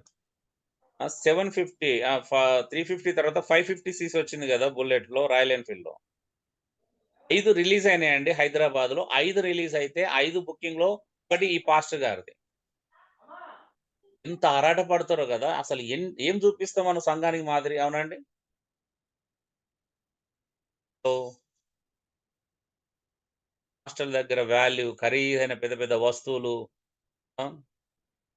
మినిస్ట్రీకి అవసరం లేకపోయినా వాటిని కొనిపెట్టుకోవడం ద్వారా ప్రజలకి ఏం మాదిరి చూపిస్తాం చెప్పండి? ఒక సింపుల్ సిటీ అనేది మెయింటైన్ చేయలేని పరిస్థితి మన చాలా మందికుంది. అవునండి? యెస్. మళ్ళీ దానికి అప్పులు జేసి ఈఎంఐలన్నీ ఎవరి మీద ఏస్తారంటే వాళ్ళ సంఘస్థుల మీదనే ఏస్తాడంట ఆయన. ఒక అమ్మాయి చెప్పింది అందులోకెళ్ళే నేను షాకింగ్ అయినా. నెలకు కనీసం 70,000 షాపింగ్ చేస్తారంటండి. 70,000 షాపింగ్ చేస్తారంట ఆ పాస్టర్ గారు. ఆలోచించండి ఇగ.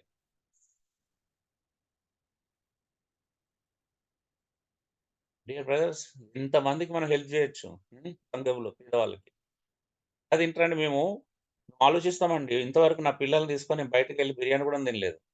మేము ఎలా ఆలోచిస్తామనంటే అరే! ఆడ వెళ్లి బిర్యానీ అంటే అక్కడ 2, 3 వేలు బిల్ అవుతది. సో, ఆ 2, 3 వేలు పెడితే ఇంట్లో మనమే బిర్యానీ చేసుకుంటే తక్కువైతది. ఇంకో 10 మందికి ఎక్కువ పెట్టొచ్చు. అవసరతలు ఉన్న వారికి కూడా సహాయం చేయొచ్చు. అంటే ప్రతీది ఏదైనా కొనాలన్నా, ఏదైనా చెయ్యాలన్నా మాకు ఆ నైతికత అనేది అడ్డొస్తది. ఇష్టానుసారంగా చేయలేం.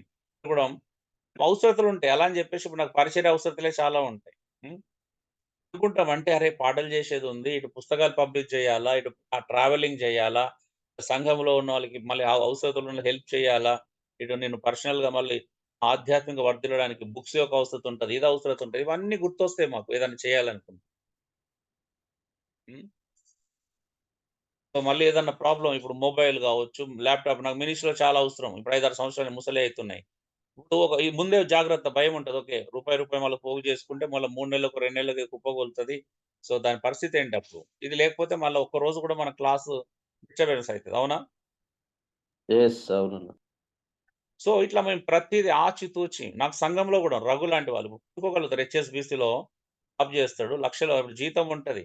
ల్యాప్‌టాప్ కొనడానికి కింది మీద ఆలోచించాడు. నా దగ్గరకొచ్చి సలహా అడిగాడు. ఏమన్నాడో తెలుసా? "అన్నా నిజంగా నాకు ల్యాప్‌టాప్ ఇప్పుడు ప్రస్తుతానికి అవసరం లేదు." అంటే ఆఫీస్ ల్యాప్‌టాప్ పర్సనల్‌గా వాడకూడదు. తెలిసిపోతదన్నట్టు ఆఫీస్‌లో. దాంట్లో ఏమి క్లిక్ చేసినా, ఏ సైట్ ఓపెన్ చేసినా అక్కడ తెలిసిపోతది ఆఫీస్ ల్యాప్‌టాప్స్. ఏమన్నాడో తెలుసా? "అన్నా నేనిప్పుడే కొనుక్కోను. నేను మెల్లగా కొనుక్కుంటాను. ఎందుకంటే సంఘంలో ఎవరికైనా బీద వాళ్ళకి అవసరమైతే అలా నేను ఈ నెల ఒక్క వ్యక్తికి సహాయం చేయకపోయినా గిల్టీ‌గా ఉంటది" అని అన్నాడు. రియల్లీ నాకు అలాంటి పిల్లలు దేవుడు సంఘంలో ఇచ్చినందుకు నేను చాలా చాలా హ్యాపీగా ఉంటాను. ఎంత హ్యాపీ అంటే అంత హ్యాపీ. దాదాపు తన సాలరీలో నాకు 25,000 తెచ్చి 25,000 నాకు తెచ్చివ్వడం అంటే మీన్స్ ఏంది అంటే అది ఎవరెవరికి మేము అందులో ఇద్దరి పిల్లలని చదివిపిస్తున్నాము. 25,000 తెచ్చిస్తే దాంట్లో ఒక పిల్లలకి ఒక 1,500 ఫీజు పంపిస్తున్నాం. మరొకరికి ఇంటర్ చదువుతున్న పాప. పాపకు ఒక వైజాగ్‌లో ఉంటది. ఆ పాపకు ఒక 2, 3, 4, 5,000 పంపిస్తున్నాం. ఇంకొక వాళ్ళ ఫ్రెండ్ వాళ్ళ ఫ్రెండ్ చనిపోయాడు. వాళ్ళ ఫ్యామిలీ పాపం హస్బెండ్ కరోనాలో చనిపోవడం ద్వారా ఆ పిల్లల చదువు కష్టమవుతుందని అక్కడ కొంత డివైడ్ చేస్తాం. అందులో ఒక రూ. 1000 ఇంకొక పాస్టర్‌కి అలాగా. అంటే మొత్తం డివైడ్ చేసి అలా పంపిస్తాం. ఒక్కడే అండి. ఒక్కడే నాకు సహాయం చేయడానికి, ఇతరులకు సహాయం చేయడానికి 25,000 దాకా అది చేస్తాడు. డివైడ్ చేసినాం. అన్న వీళ్ళకి ఇంతకు పంపిద్దాం, వాళ్ళకి ఇంత పంపిద్దాం. అని చర్చిస్తాను నాతోని ఎవరికి ఇష్టం ఉంది అని. అలాంటోళ్ళు ఒక నలుగురు ఉంటే చాలనిపిస్తది నాకు. ప్రస్తుతానికి ఒకరిద్దరు ఉన్నారు.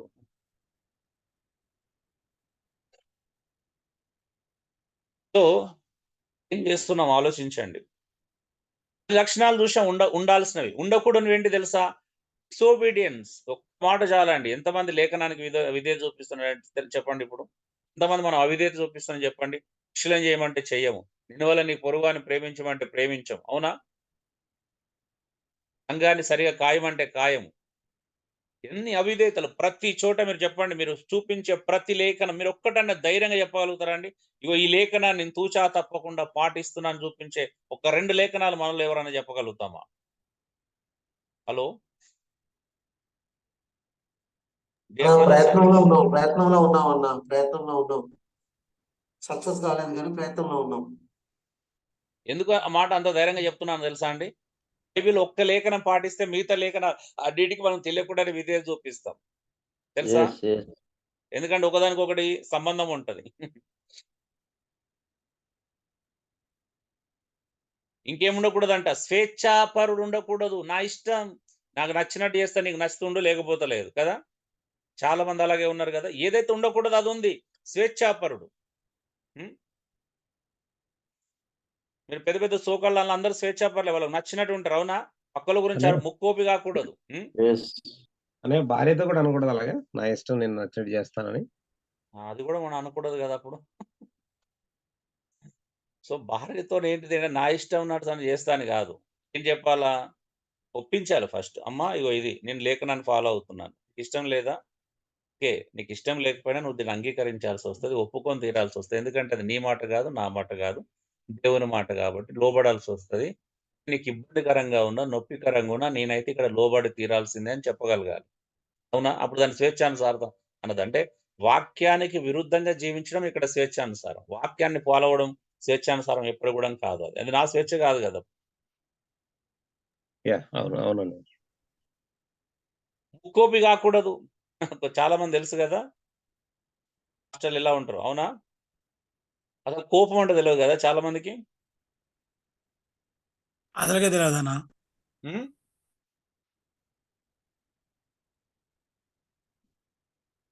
ఈ హైదరాబాద్‌లో సో కాల్డ్ స్పీకర్ ఉన్నాడు గదండీ! So called celebrity speaker. ఒక బ్రదర్ మాకు ఫోన్ జేషిండు. ఫోన్ జేసి ఏమన్నాడు అనంటే ఆయన వేరే ఛానెల్ పెట్టుకున్నాడండి. అంటే ఒక బయటికెళ్ళిపోయి ఒక ఛానెల్ పెట్టుకొని క్రైస్తవ వ్యతిరేకంగా మాట్లాడుతున్నాడు. ఆ వ్యక్తి గురించి ఒక సహోదరుడు వచ్చి చెప్పిండు. ఎందుకంటే అక్కడున్న టీమ్ మెంబర్సే చెప్పారు. వేరేటోళ్ళు గూడా కాదు. హ్మ్. అక్కడ ఈ 12 సంవత్సరాలు పనిజేసినోళ్ళు. రికార్డ్ జేసినోళ్ళు, వీడియో ఎడిటింగ్ జేసినోళ్ళు, వందల వేల హార్డ్ డిస్క్‌లు బాక్సులలో పెట్టినోళ్ళు, లైవ్‌లో చూసినోళ్ళు జెప్పారు. ఏంటిది? పాపం ఎవరో ఆంధ్ర నుండి ఒక వ్యక్తొచ్చాడు. దేవుని సేవ చేయాలని ఆశతో వచ్చాడు. అయ్యయ్య గారి దగ్గర ఉంటే నా భవిష్యత్తు బావుంటది. అంటే నేను మంచి సేవ చేయగలుగుతానంటే వాలంటీర్‌గా స్వచ్ఛందంగా వచ్చాడు. ఆయన వాళ్ళ టీమ్‌లో వాలంటీర్‌గా చేరాడు. తెలుసా? అక్కడ వాలంటీర్స్ ఉంటారు. వాలంటీర్స్‌లో చేరాడు. ఈ అయ్యగారు ఏం చేసిండంటే అతను డ్రైవింగ్ వస్తదని తెలుసుకొని ఆహ్, డ్రైవర్‌గా అపాయింట్ చేసుకున్నాడు. అంటే ఇంట్లో కార్లు నడపడానికి పెట్టుకున్నాడు. సో ఏంటిది ఆ పని? అందులో ఒక పని పిల్లలిద్దరిని స్కూల్‌కెళ్ళి డ్రాప్ చేయాలా, చేసుకొని రావాలి. అదే రెగ్యులర్ డ్యూటీ. ఒకరోజు ఏమైంది అంటే, ఆ సో కాల్డ్ అయ్యగారి భార్య కారు ఇక్కడుంది గ్యారేజ్‌లో ఉంది. తెచ్చుకోవాలా. స్కూల్‌కెళ్ళే టైంకి ఏం చేసిందంటే, ఒక అరగంట ముందో, 15, 45 నిమిషాల ముందో ఆమొచ్చి, "అయ్యా నన్ను కారు తెచ్చుకోవాలి. నన్ను కొంచెం అక్కడ అజ్జేయవా" అని చెప్పేసి అడిగిందంట. మరి అయ్యగారి భార్య గదా! చెప్పకపోతే వినకపోతే బాగుండదు గదా! సో మనోడు అక్కడికి వెళ్ళాడు. ఈలోపు స్కూల్ నుండి ఫోన్ కాల్ వచ్చింది. ఫోన్ కాల్ అయ్యగారి ఫోన్కి వచ్చి, నీ పిల్లలు ఇంకా రోడ్ల మీద వెయిట్ చేస్తున్నారు, డ్రైవర్ రాలేదు అనగానే, సో ఈమెను డ్రాప్ చేసి కొంచెం అక్కడికి వెళ్ళి చేసుకొని వచ్చేసరికి లేట్ అయిపోయింది. 5-10 నిమిషాలు లేట్ అయింది. రాగానే అందరి ముందు పబ్లిక్గా సో కాల్డ్ అయ్యగారు సూటు బూటు మీద ఉన్నాడు, కాలుకున్న బూటు తీసి ఆ డ్రైవర్ని భయంకరంగా కొట్టాడు బూటుతో. ఇది జరిగిన సంఘటన. దానికి అతని మనస్సు విరిగి సేవకులంటే ఇంత భయంకరంగా ఉంటారని క్రైస్తవ వ్యతిరేక అయిపోయి ఒక యూట్యూబ్ ఛానల్ చేసి విమర్శించడం ప్రారంభించాడు.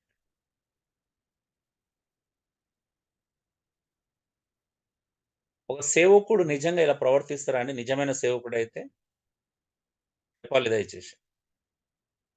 చేయడన్నా చేయడండి ఖచ్చితంగా తెలుసుకుంటాడు, వాస్తవం ఏందని తెలుసుకోవాలి. ఒకవేళ అది నిజంగానే తప్పు చేసినా కూడా ఇలా చేయొచ్చా? పోనీ సరే తప్పే జరిగింది అనుకో, లిటరల్ గా చేయకూడదు, సరిదిద్దాలి. చేయకూడదు. హెచ్చరించి ఇంకోసారి అలా చేయకండి బ్రదర్. కోపపడు కానీ పాపం చేయకని ఉంది కదన్నా. మరి ఇదేంటండి సేవకులు? ఇలాంటివి చరిత్రలు చూస్తే షాక్ అవుతారు మీరు. మనం బయట ఉంటాం కదా, తెలియదు ఇవన్నీ లోపల ఏం జరుగుతున్నాయి అనేది. ఎందుకంటే బయట కనిపించేది రంగులు మాత్రమే, అవునా? లోపల కనిపించేది అసలు రంగులు. వాళ్ళ ఇంట్లో అపార్ట్మెంట్ లో ఉన్నప్పుడు వాళ్ళ ఇంట్లో ఉన్న ఒక అమ్మాయి నా దగ్గరకు వచ్చింది, నా క్లాసులు విని. నాతో చాలా కాలం జర్నీ చేసింది, ఖమ్మం అమ్మాయి. చెప్పింది అసలు ఆమె చాలా చిన్న చూస్తారంటే ఆమెను ఏమంటారు, టార్చర్ పెడతారంట వాసన చెప్పాలని. సో ఇలా ఉంటాయి కొన్ని, లేదు మనకు బయట లోపల ఏం జరుగుతుందని. సరే ఆ అమ్మాయి ఎంతవరకు అపార్థం చేసుకుందో, ఎంతవరకు మెచ్చుకుందో అది కూడా నాకు తెలియదు కాబట్టి నేను విమర్శించలేను ఒక రకంగా చెప్పాలి అంటే. సో ముక్కోపి మద్యపానీయు కాకూడదు. మద్యపానీయు అంటే అర్థమేంటి? ఆల్రెడీ డిస్కషన్ చేసినాం కదా, నేను వదిలేస్తున్నాను మళ్ళీ. ఇట్లా మీరు వేరే అనుకుంటారు. పుట్టువాడు కాకూడదు, కొట్టడం చూపించినాం కదా ఇప్పటిదాకా. దుర్లాభం అపేక్షించకూడదు. పుట్టువాడు కాకూడదు అంటే ఏమో కొన్నిసార్లు విన్నాను, నాకు ఎంతవరకు వాస్తవమో తెలియదు. నేను చాలా మంది చెప్పేవాళ్ళు, అంటే కర్రతోని బాక్సింగ్ గారు కూడా చాలా మందిని కొట్టేవాళ్ళని విన్నాను, చేతులతో కొట్టేవాడని విన్నాను. ఎంతమంది నాకు తెలియదు. దయచేసి ఒకవేళ అది నిజమైతేమో నాకు తెలియదు కానీ అబద్ధం అయితే నాకు తెలియదని చెప్తున్నా, నేను గ్యారెంటీగా చెప్పట్లేదు, విన్నాను.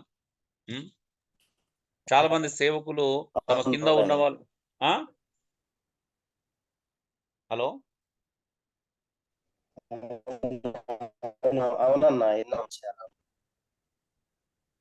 సో ఎవరైనా బ్యాక్గ్రౌండ్ ఉంటే మాట్లాడాలి. ఉన్నారు కదా, జాన్ రవి కొంతమంది ఉన్నారా? జాన్ రవియా, జాన్ ఐజక్ ఉన్నారు ఇక్కడ. యాకేష్ కూడా యాకేష్ కూడా. నాది ఆ బ్యాక్గ్రౌండ్ కాదన్న, ఐజక్. ఓకే. సో అంటే నేను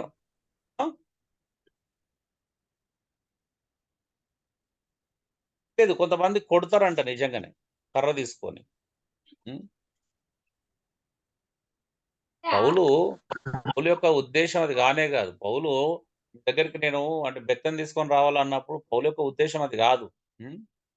నిజంగా బెత్తం వాడడానికి పౌలు బెత్తం వాడాలనుకోలేదు ఆయన. ఏమన్నాడు? అంత మీరు తప్పు అంటే అంత తప్పులు జరిగినాయి కాబట్టి అన్నాడు అక్కడ. అంత భయంకరమైన పాపం జరిగింది కాబట్టి ఆ పరిస్థితి రాకుండా మీ మీద నేను ఆ బెత్తం వాడకుండా నేను రాకముందే మారుమనసు పొందమని చెప్పడానికి చెప్పాడా? నిజంగా బెత్తం తీసుకొని వెళ్ళి కొట్టడానికి వెళ్ళాడా?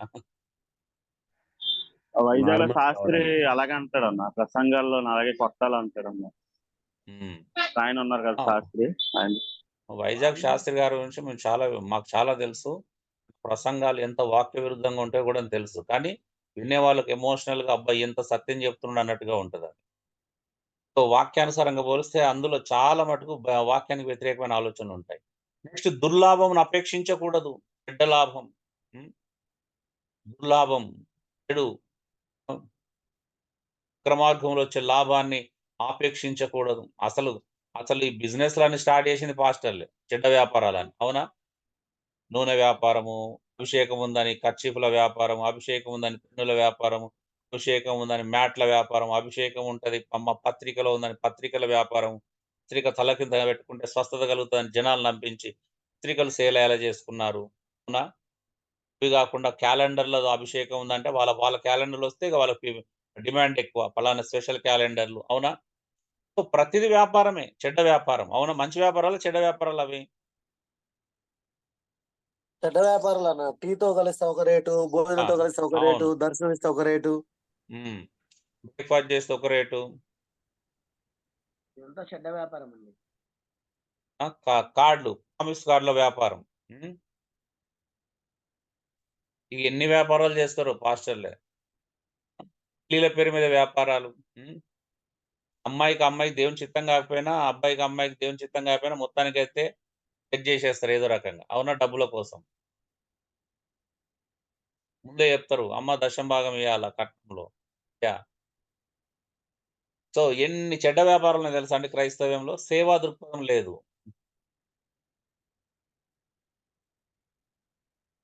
కొందరైతే మెను కార్డులు పెట్టారు తెలుసా అండి? ఆంధ్రాలో మేము చూసిన నా దగ్గర ఆ పోస్టర్లు ప్రింట్స్ కూడా ఉన్నాయి.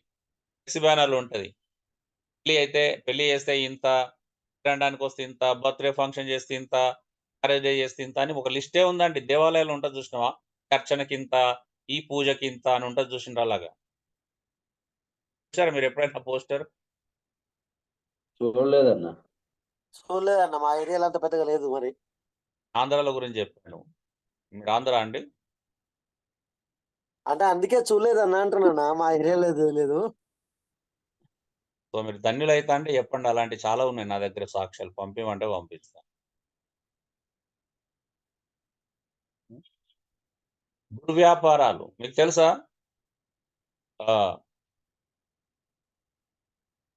ఆరున్న ఇన్స్టిట్యూట్ ఆఫ్ టెక్నాలజీకి పర్మిషన్ ఎలా వచ్చిందో మీకు తెలుసా? నా దగ్గర ఫోటోలతో పాటు మ్యాటర్తో పాటు ప్రూఫ్స్ ఉన్నాయి ఇప్పుడు నా దగ్గర. ఇద్దరు తండ్రి కొడుకులు వెళ్ళి దయానంద సరస్వతి, అప్పుడు ఒక ఆయన ఉండే, ఆయన దగ్గర బ్రతిమలాడుకుంటే దగ్గర 2 చేతులు జోడించి ఇట్లా ఇద్దరు తండ్రి కొడుకు నిలబడి అక్కడ ఉన్నటువంటి ఆ వ్యక్తిని బతిమలాడుకుంటే ఆ వ్యక్తి సెంట్రల్లో మీటర్ నొక్కి హెల్ప్ చేసారు. వీళ్ళకి రాలే పర్మిషన్ యాక్చువల్లీ.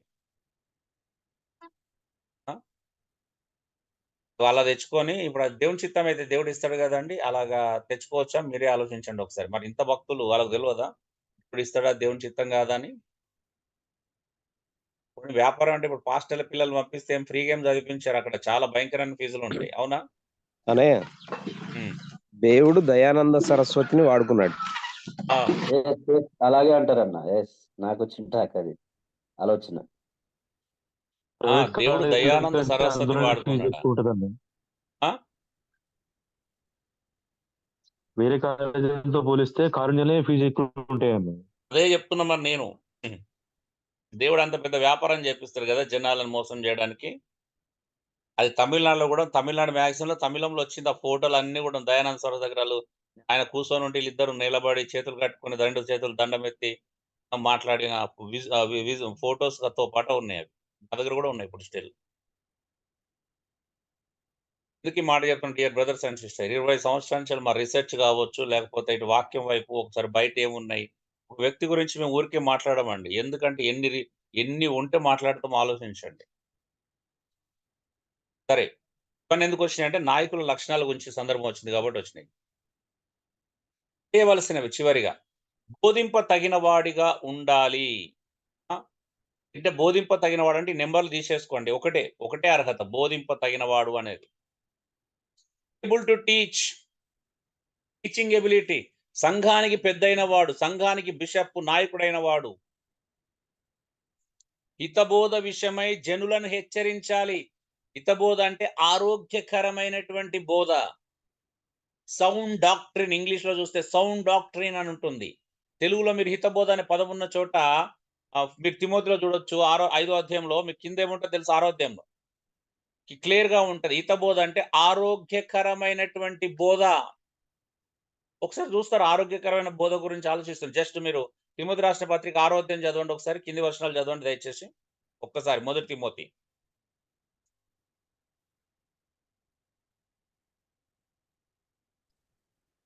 హలో,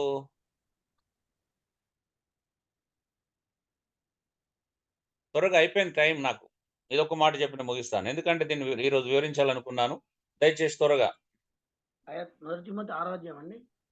1 తిమోతి 6వ అధ్యాయం. 2 తిమోతి 6వ అధ్యాయం లేదండి, 1 తిమోతి 6వ అధ్యాయం ఎన్ని వచ్చినాయా? మొదటి వర్షం చూడండి ఒకసారి. దేవుని నామమును ఉమ్, ఆయన బోధయు దూషింపబడకున్నట్లు ఉమ్, దాసత్వమును కాడి క్రింద ఉన్న వారందరూ ఉమ్. తమ యజమానులు పూర్ణమైన మూడో వచనం అన్న, మూడో వచనం. చదవండి. ఎవడైనను మన ప్రభు అయిన యేసు క్రీస్తు యొక్క హితవాక్యములను దైవభక్తికి అనుగుణ్యమైన బోధను అంగీకరింపక ఉమ్, భిన్నమైన బోధన ఉపదేశించిన ఎడల కింద ఉమ్. ఆరోగ్యకరమైన ఉందన్న. అదే చదవండి. భిన్నమైన బోధన ఉపదేశించిన ఎడల వాడేమీ ఎరుగక ఆ తర్కములను గూర్చి వాగ్విధములను గూర్చి వ్యర్థముగా ప్రయాసపడుచు గర్వాంధుడగును. వ్యర్థముగా ప్రయాసపడుచు గర్వాంధుడవుతున్నాడు. ఎవడైనా సరే దేవునికి అనుగుణమైనటువంటి హితబోధ అంటే ఏంటి? దేవునికి అనుగుణమైనటువంటి బోధన అంగీకరింపక, హితబోధను తీసుకురాకుండా, అంటే ఆరోగ్యకరమైన బోధన అందించకుండా ఎవడైనాను అనవసరంగా ప్రయాసపడ్డాడు అనుకోండి, అంటే గర్వాంధుడు అవుతాడు. ఇక్కడ అనవసరంగా ప్రయాసపడడం అంటే ఏంటి? కింది వచనాలు చదవని తెలుస్తుంది మీకు. ఏంటిది? దైవభక్తి లాభ సాధనం అనుకుని మనుషుల వలన వ్యర్థ వివాదాలు కలుగుతున్నాయి. అంటే చాలా మంది బోధకులు ఏమని చెప్తున్నారు? యేసు ప్రభు నమ్ముకుంటే మీరు దీవించబడతారు, యేసు ప్రభు భక్తి చేస్తే లాభం వస్తుంది, యేసు ప్రభువును వెంబడిస్తే మీకు ఆర్థిక లాభాలు వస్తాయి, భౌతిక సంబంధమైన లాభాలు వస్తాయి. ఇది ఏం బోధ అండి? ఇది జనాలను కలవరపరిచే బోధన, హితబోధన? కలవరపరిచే బోధన. అంటే ఇప్పుడు ఒకడు దీవించబడ్డాడు అన్నప్పుడు మరొకటి దీవించబడకపోతే ఇప్పుడు వీళ్ళిద్దరి మధ్యలో ఏం ప్రాబ్లం వచ్చింది? అంటే దేవుడు అతన్ని దీవిస్తున్నాడు, నన్ను ఎందుకు దీవించట్లేదనే ప్రశ్న రేజ్ అవుతుందా అండి? అవునండి. హలో, అవునండి. మరి వీళ్ళు చెప్పినట్టు సంఘంలోకి వచ్చిన ప్రతివాడు ధనవంతుడు అవుతున్నాడా? యేసుప్రభు నమ్ముకున్న వాళ్ళందరూ? పోనీ యేసుప్రభు నమ్ముకోవడంలో నన్ను నమ్ముకుంటే అందరూ ధనవంతులు అవుతారని యేసుప్రభు ఎక్కడన్నా చెప్పాడా? చెప్పలేదు. ఇంకా ఇప్పుడు చూడండి, హితబోధ అనేది ఏమైంది? లేదు. హితబోధ వశమై జనులను హెచ్చరించాలి. జనులను హెచ్చరించడానికి బదులు చూడండి ఏమన్నాడు? దైవభక్తి లాభ సాధనం అనుకున్న మనుషుల వ్యర్థ వివాదాలు కలుగుతున్నాయి. ఎవడైనా యేసు ప్రభు నమ్ముకుంటే మీరు దీవించబడతారు, ఆర్థికంగా వర్ధిల్లుతారు అని చెప్పడం వలన అనవసరమైన వివాదాలకు తావిస్తుంది అంటది. అవునా? అవునా కదండి? అవునండి. ఒక సేవకుడు వస్తాడు, స్టేజ్ మీద అరుస్తా ఉంటాడు, మనం ఎవరము? మనం దేవుని బిడ్డలము, మన ప్రభు ఎవడు? రాజు, రాజాది రాజు. మరి ఆయన రాజాది రాజు అయితే మనం ఎవరము? మనం రాజు కుమారులము. మరి మనము రాజకుమారులం అయినప్పుడు మరి రాజకుమారులు అలా గుడిసెలో ఉండడం దేవుని చిత్తమా? రాజకుమారుడు అలా నడుచుకుంటూ వెళ్ళడం దేవుని చిత్తమా? రాజకుమారుడికి సైకిల్ మీద వెళ్ళడం దేవుని చిత్తమా అని అలా ప్రజలను ఎమోషనల్ గా మాట్లాడించేసి, రాజకుమారులు ఎక్కడ ఉండాలండి? రాజగృహంలో ఉండాలి. ఇలా జనాలను హెచ్చరించి రెచ్చగొట్టి ఈ ప్రసంగాలు వినదవర నా కళ్ళ ముందు జరిగిందండి. ఒక ఆమె మా దేవుడు ఉండడం ఇష్టం లేదని చెప్పేసి మా పక్క బ్లాక్ లో రెంట్ కొనేటోళ్ళు పోయి అపార్ట్మెంట్ కొనుక్కున్నారు. వెంటనే ఒక కార్ బుక్ చేసుకున్నారు, 10-15 లక్షల కారు. ఇప్పుడు జీవితాంతం ఏం చేయాలండి? ఈఎంఐలు కట్టుకోవడానికే సరిపోతుంది. అవునా? అవునన్నా. ఎమోషనల్ విని ఆ టెంపుల్ వాళ్ళు ఇలాగే మాట్లాడతారు. ఆ టెంపుల్ ఈ టెంపుల్, మా దగ్గర కింగ్స్ టెంపుల్ ఉంది కదా, వీళ్ళు ఇదేగా మాట్లాడతారు. బీరువాలో డబ్బులు వస్తాయి, పర్సులలో డబ్బులు. దేవుడు ఏం చేస్తాడు? దేవుడు నిజంగా ఇలాంటి పిచ్చి పనులు చేస్తారని నిజంగా ఒక్కసారి ఆలోచించండి. బీరువాలో డబ్బులు ఎట్లా వస్తాయండి? బ్యాంక్ అకౌంట్ లో డబ్బులు యాడ్ అయితే అని చెప్పేసి జనాలని పిక్కులను చేసి మా సంఘానికి వచ్చి టైగర్ చెప్పిన వినండి, మీకు బ్యాంకులలో డబ్బులు వస్తాయి, బీరువాల డబ్బులు తేలుతాయంట. ఎలా వస్తాయండి? అక్రమ సంపాదన, అన్యాయ సంపాదన, ఇవన్నీ ఎట్లా వస్తాయి మన బీరువాలకు? ఒకసారి ఆలోచించండి. అవి రాకపోయినా 10 మందితో సాక్ష్యాలు చెప్పించుకున్నారు కూడా వచ్చినట్టుగా. అవునా? వీళ్ళే కావాలని కొంతమందికి వేసిన వాళ్ళు కూడా సందర్భాలు ఉన్నాయి. వేసి అబ్బా నిజంగానే నాకు 5,000 పడ్డాయి, 2,000 పడ్డాయి అని చెప్తారు. అవునా?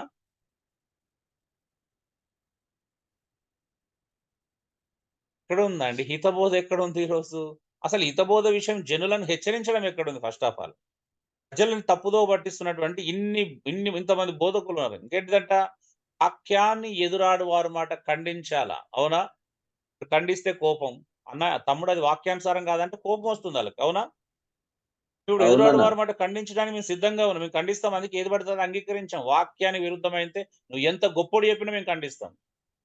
ఎదురాడు వారి మాట ఖండించాలి సేవకుడు. సంఘంలో ఉన్నటువంటి వాళ్ళు ఎవరైనా వాక్య విరుద్ధమైన ఆలోచనలను, వాక్యాన్ని ఎదిరిస్తే ఏం చేయాలో ఖండించాలి. అవునా? హలో! ఎస్ అసలు ఉపదేశం యొక్క అవునన్నా. ఉద్దేశం అది కదా. పర్పస్ ఆఫ్ టీచింగే అది. ఏమన్నాడు? 2 తిమోతి 3:16, 17 ఏమున్నది? దైవజనుడు సన్నద్ధుడై, ఏంటిదంటే సేవకుడు సన్నద్ధుడై ఉండాలంటే దేనికి? దైవజనుడు సన్నద్ధుడై ప్రతి సత్కార్యమునకు పూర్ణముగా సిద్ధపడి ఉండునట్లు. అంటే దైవజనుడు దేనికోసం సిద్ధపడి ఉండాలి? ప్రతి మంచి పని చేయడానికి సిద్ధంగా ఉండాలా. అలా సిద్ధంగా ఉండాలంటే ఎలా అవుతది? దైవావేశం వల్ల కలిగిన ప్రతి లేఖనాన్ని ఎలా వాడాలంట? ఆ లేఖనంతో ఆ లేఖనాన్ని ఉపదేశించాలంట మొదటి స్టెప్‌లో. ఒకవేళ ఆ లేఖనాన్ని మీరితే ఖండించాలా. మూడోది, ఒకవేళ వాళ్ళు తప్పు చేస్తే ఏం చేయాలి? సరిదిద్దాలన్నాడు. లేఖనాన్ని తప్పుగా ఉపయోగిస్తే ఏం చేయాలా? సరిదిద్దాలి. ఇప్పుడు కత్తి యుద్ధం నేర్పించినాం. కత్తిని రాంగ్ వాడతా అంటే సరిదిద్దాలా. అవునా? ఒక కరాటే మాస్టర్ కరాటే నేర్పించినంటే కరాటే వచ్చింది కదా అని చెప్పేసి ఎవరు పడితే వాళ్ళ మీద రోడ్ల మీద కొడితే రైటేనా? అంటే ఇప్పుడు ఏం చేయాలి? ఆయన సరిదిద్దాలి అక్కడ కదా. అలాగే ఉపదేశించాలని ఫస్ట్ ఉపదేశం చేయాలా. ఒకవేళ ఉపదేశాన్ని మిస్యూజ్ చేస్తే ఖండించాలా. ఉపదేశాన్ని అనుసరించి నడుచుకోకపోతే తప్పుదిద్దాలి. తర్వాత ఏం చేయాలి? కంప్లీట్‌గా ఫైనల్‌గా వచ్చేసరికి నీతి అందు శిక్ష చేయాలి అంట. Training in righteousness. ఒక బోధకుని యొక్క ఫైనల్ డెస్టినీ, ఫైనల్ గోల్ ఏంది అంటే ఇది. ఒక్కటి చేస్తే సరిపోదు. బోధించడం అయిపోయిన తర్వాత సరిపోదు. ఫస్ట్ ఉపదేశించాలి. తర్వాత తప్పు చేస్తే ఖండించాలి. ఆ తప్పును దిద్దాలి. తర్వాత అప్పుడే నీతి అందు శిక్ష అనేది జరుగుతది. మనం వదిలేసినాం. అసలు పర్పస్ ఆఫ్ టీచింగ్ ఒక ముఖ్య ఉద్దేశాన్ని వదిలేసినాం. లేఖనము దైవావేశంలో కలిగింది. నీ సొంత ఆలోచన నుంచి పట్టదు. ఏది పడితే అది లేఖనం కాదు. ఏది పడితే అది ప్రసంగం కాదు. ఆ! మరి గుడిసెలో ఉండుట దేవుని చిత్తం కాదన్నప్పుడు మరి నీ దగ్గర వేల కోట్లు ఉన్నాయి కదా. గుడిసెలు తీసేసి తల ఒక బిల్డింగ్ కట్టియొచ్చు కదా. తప్పేమున్నది అప్పుడు? అవునా? ఇంత ఆవేశంగా మాట్లాడడానికి బదులు తల ఇల్లు కట్టియొచ్చు కదండీ. అది చేయరు మళ్ళీ. బాత్రూంలో దాస్తున్నారన్నయ్య డబ్బులు. ఆ! బాత్రూంలో దాస్తున్నారని నా ఫ్రెండ్ ఒక ఆయన చెప్పాడు. బాత్రూమ్‌లో బంగారమే దొరికింది. మేము మా దగ్గర డైరెక్ట్ సీబీఐ ఎంక్వైరీ చేసినటువంటి పేపర్స్ ఉన్నాయండి. నా దగ్గర ఇప్పుడు డైరెక్ట్ ఉన్నాయి నా దగ్గర. ఒకాయన ఫ్లైట్ నుంచి వస్తున్నప్పుడు బంగారాన్ని ఎలా తీసుకొచ్చిండో సీజ్ అయ్యింది నా దగ్గర ఉంది. ఆయన బాత్రూమ్‌లో బంగారం దాచిపెట్టుకున్న ఫోటోస్ కాంచెల్లి టోటల్ సీబీఐ మ్యాటర్ మొత్తం ఉంది. ఆ సీబీఐ కేస్ అయింది నా దగ్గర. అంటే ఒక్కరికి కూడా సహాయం చేయరు. మాకు అలాంటి వాళ్ళు ఉన్నారు కాబట్టి ఆ నెట్వర్క్‌లో అక్కడో ఇక్కడో కొన్ని సాక్ష్యాలు పెట్టుకుంటున్నాం. ఎప్పుడైనా పొరపాటున అంత పెద్ద సేవకుడిని అంటారా అంటే నాకేం అంత అది లేదండి. సేవకులను తిట్టడం మా ఉద్దేశ్యం కాదు. సాక్ష్యాలు కావాలి అలా ఉంటా అనడానికి ఇలాంటి మాటలు చెప్పినప్పుడు ఉన్నారు అని చెప్పడానికి ఒక సాక్ష్యం. హ్మ్. ఇంకేం చేయాలంట? ఉపదేశం అనుసరించాలి. ఏమండాలా? ఉపదేశాన్ని అనుసరించాలి. యేసు ప్రభు చెప్పిన ఉపదేశాన్ని అనుసరించాలా సేవకుడనేవాడు. మరి ఉపదేశమే తెలవకపోతే ఉపదేశాన్ని ఎలా అనుసరిస్తామండి? యేసు ప్రభు ఏం బోధించిండో మనకు తెలవకపోతే అనుసరించగలుగుతామండి? అనుసరించలేమన్నా తెలియకపోతే ఎట్లా? తెలుసుకోవడానికి ప్రయత్నం చేస్తున్నారా? కనీసం అది కూడా జరగలే ఇన్ని సంవత్సరాల్లో. అసలు యేసు ప్రభు ఏం ఉపదేశించాడనే ఉపదేశమే చాలా మందికి తెలియదు. అపోస్తుల ఉపదేశం ఏంటంటే చాలా మందికి తెలియదు. ఉపదేశాన్ని అనుసరించాలి. అనుసరించి ఏం చేయాలంట? ఆ నమ్మదగిన బోధను గట్టిగా చేపట్టుకోవాలి. ఏ బోధన చేపట్టాలండి? నమ్మదగిందా? నమ్మదగందా? నమ్మదగిన ఓ బ్రదర్ ఎవరో 8కి కూడా జాయిన్ అవుతున్నారండి. అయిపోయింది. స్టిఫెన్ ఏనంట. ఇప్పుడు జాయిన్ అవుతున్నారు. సో, నమ్మదగిన బోధను గట్టిగా చేపట్టుకోవాలి. బోధ నమ్మదగింది కావాలా? ఏది పడితే అది బోధ కాదండి. ఏ బోధైతే ఉపదేశింపదగిందో, ఏ బోధైతే నమ్మదగిందో, ఏ బోధైతే అపోస్తులు పునాది వేశారు, అందించారో, ఏ బోధైతే యేసు ప్రభు నేర్పించాడో అది కదా గట్టిగా పట్టుకోవాల్సింది. దాన్ని బట్టి కదా ఖండించాల్సింది. దాన్ని బట్టి కదా జనాలను హెచ్చరించాల్సింది. దాన్ని కదా మనం గట్టిగా పట్టుకోవాల్సింది. అంటే చూడండి, సేవకునికి ఉండాల్సిన 16 క్వాలిటీ చూసినాం. ఏంటిది? 10 ఉండాల్సిన లక్షణాలు చూసినాం. 6 ఉండకూడనివి చూసినాము. ఒకటి కంపల్సరీగా చేయాల్సింది ఏంటిది? సామర్థ్యం గురించినటువంటి మాట చూసాం. బోధించడం అనేది సామర్థ్యానికి సంబంధించింది. దానికి ముందున్న 16 ఏంటివంటే క్యారెక్టర్‌కి సంబంధించినవి చూడండి. 16 క్యారెక్టర్‌కి సంబంధించిన లక్షణాలు. ఇప్పుడు చూడండి ఈ 16 లక్షణాలు ప్లస్ ఈ 1 చెక్ చేయండి. ఇప్పుడు అందరిని సేవకులందరిని చెక్ చేయండి. ఎంతమంది ఎళ్తారో మనకు అర్థమైపోతది. అవునా? తేల్చుకోవచ్చా ఇప్పుడు ఎవరు సేవకులో కాదో ఈజీగా వాక్యానుసారంగా? మేము అందుకే ఎంత గట్టిగా మాట్లాడుతున్నామంటే కారణం ఏంటి? సేవకులంటే ఎవరో మాకు తెలుసు. అంటే ఏదో నువ్వు అభిషేకం ఉందని ఆయన చెప్పుకున్నంత మాత్రాన, నాకు దేవుడు దర్శనం ఇచ్చిండని చెప్పుకున్న తర్వాత ఉఫ్ అని ఊదేసి పడేసినంత మాత్రాన ఆళ్ళని మేము సేవకులుగా ఎప్పటికీ అంగీకరించలేం. ఎందుకంటే సేవకుని యొక్క లక్షణాలు ఏవి అనేది పౌలు తిమోతి రాసిన పత్రికలో, తీతు రాసిన పత్రికలో చాలా స్పష్టంగా చూపించాడు. ఇప్పటిదాకా మనం చూస్తే మొదటి తిమోతి 3వ అధ్యాయం 1-7 వచనాలు, తీతుకు రాసిన పత్రిక ఒకటో అధ్యాయం 5-9 వచనాలు. అవి 2 మనందరికి తెలుసు. మొదటి తిమోతి, 2 తిమోతి, తీతు సంఘ నాయకుల పత్రికలు. సంఘ నాయకుల పత్రికలు అని తెలుసు. అవునా? ఏమాత్రం కొంచెం థియాలజీ చేసిన వాళ్ళకు ఆ పత్రికలు ఏమని చెప్తారండి? సంఘ నాయకుల పత్రికలు అంటారన్న. నాయకుల పత్రికలు. అవునా? మరి నాయకుల పత్రికల్లో ఉంటాయి కదా! నాయకులు ఎలా ఉండాలి, ఎలా ఉండకూడదని. సో, మరి నాయకుల యొక్క లక్షణాలు 16 గుణ లక్షణాలు ఉండాలండి. ఒక్కటి కాదు 16. అందులో 10 ఉండాల్సినవి, 6 ఉండకూడనివి. ఇవి నాయకుని లక్షణాలు. ఒకటి బోధించే సామర్థ్యం. ఇప్పుడు ఆ 16 పక్కన పెడితే ఎంతమందికి బోధించే సామర్థ్యం ఉందో మీకు తెలుస్తది. అవునా? ఎంతమంది బోధించే సామర్థ్యం కలిగి ఉన్నారు? బోధించే సామర్థ్యం అని అంటే అర్థం ఏంటిది? ఓన్లీ సామర్థ్యం ఒకటే కాదు. సత్య బోధన అంట. నమ్మదగిన బోధన, ఉపదేశం అనుసరించిన బోధను, హితబోధను కలిగిన వాళ్ళు ఎంతమంది ఉన్నారు చెప్పండి ఇప్పుడు?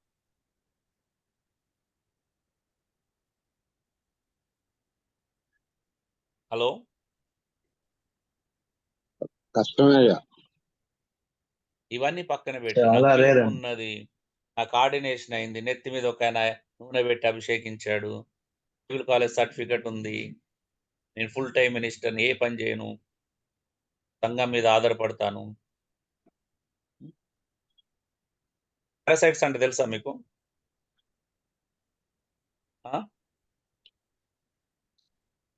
ఇతర జీవుల మీద ఆధారపడి బతికే దాన్ని పారసైట్ అంటారు. అంటే ఇప్పుడు చాలా మంది పాస్టర్లు అదే పరిస్థితిలో ఉన్నారు తెలియకుండా.